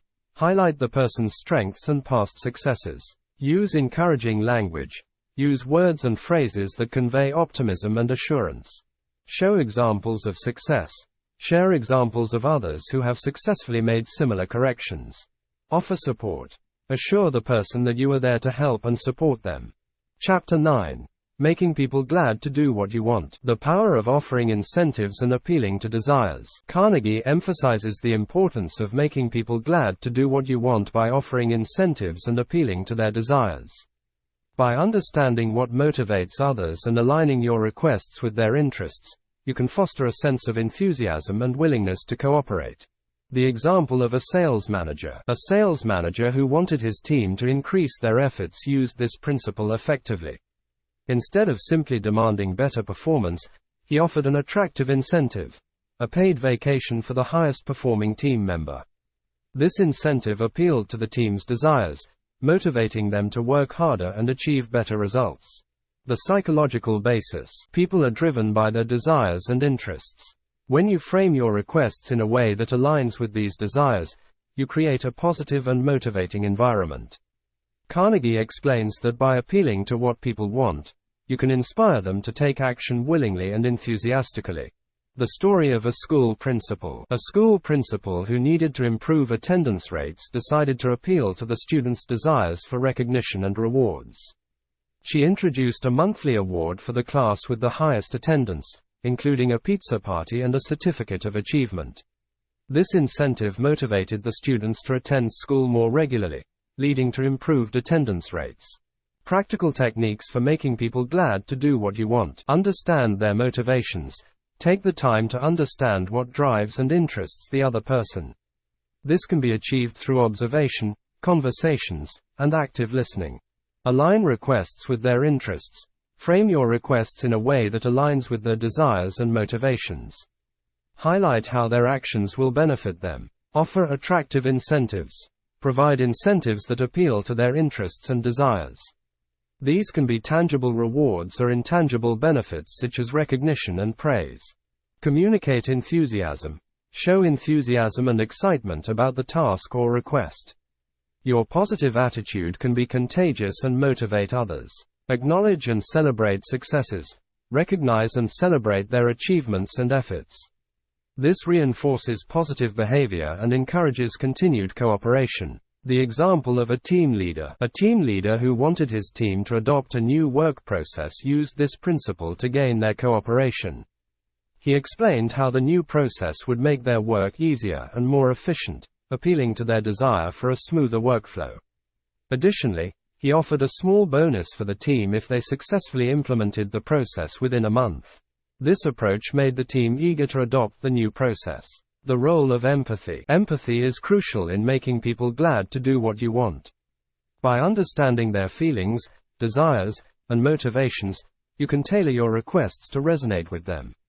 Carnegie emphasizes that empathy helps create a supportive environment where people feel understood and valued. The story of a customer service director. A customer service director who needed to improve response times used this principle effectively. She introduced a recognition program where employees with the fastest and most effective responses were highlighted in the company's newsletter and awarded gift cards. This incentive appealed to the employees' desire for recognition and rewards, leading to improved response times and customer satisfaction. Building a positive environment through incentives. Offering incentives and appealing to desires helps build a positive environment where people feel motivated and valued. When people see that their efforts are recognized and rewarded, they are more likely to be engaged and cooperative. Carnegie explains that this approach fosters a culture of mutual respect and motivation. The example of a marketing manager. A marketing manager who wanted to increase creativity in campaign proposals used this principle. She organized a quarterly contest where the team member with the most innovative campaign idea would receive a day off and a feature in the company newsletter. This incentive motivated the team to come up with creative ideas, enhancing the overall quality of their campaigns.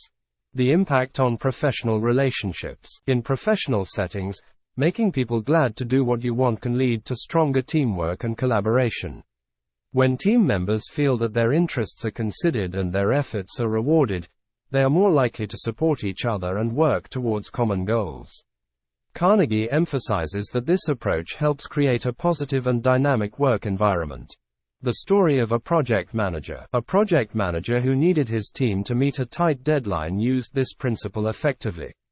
He explained how completing the project on time would lead to a significant bonus for the entire team and future opportunities for more exciting projects.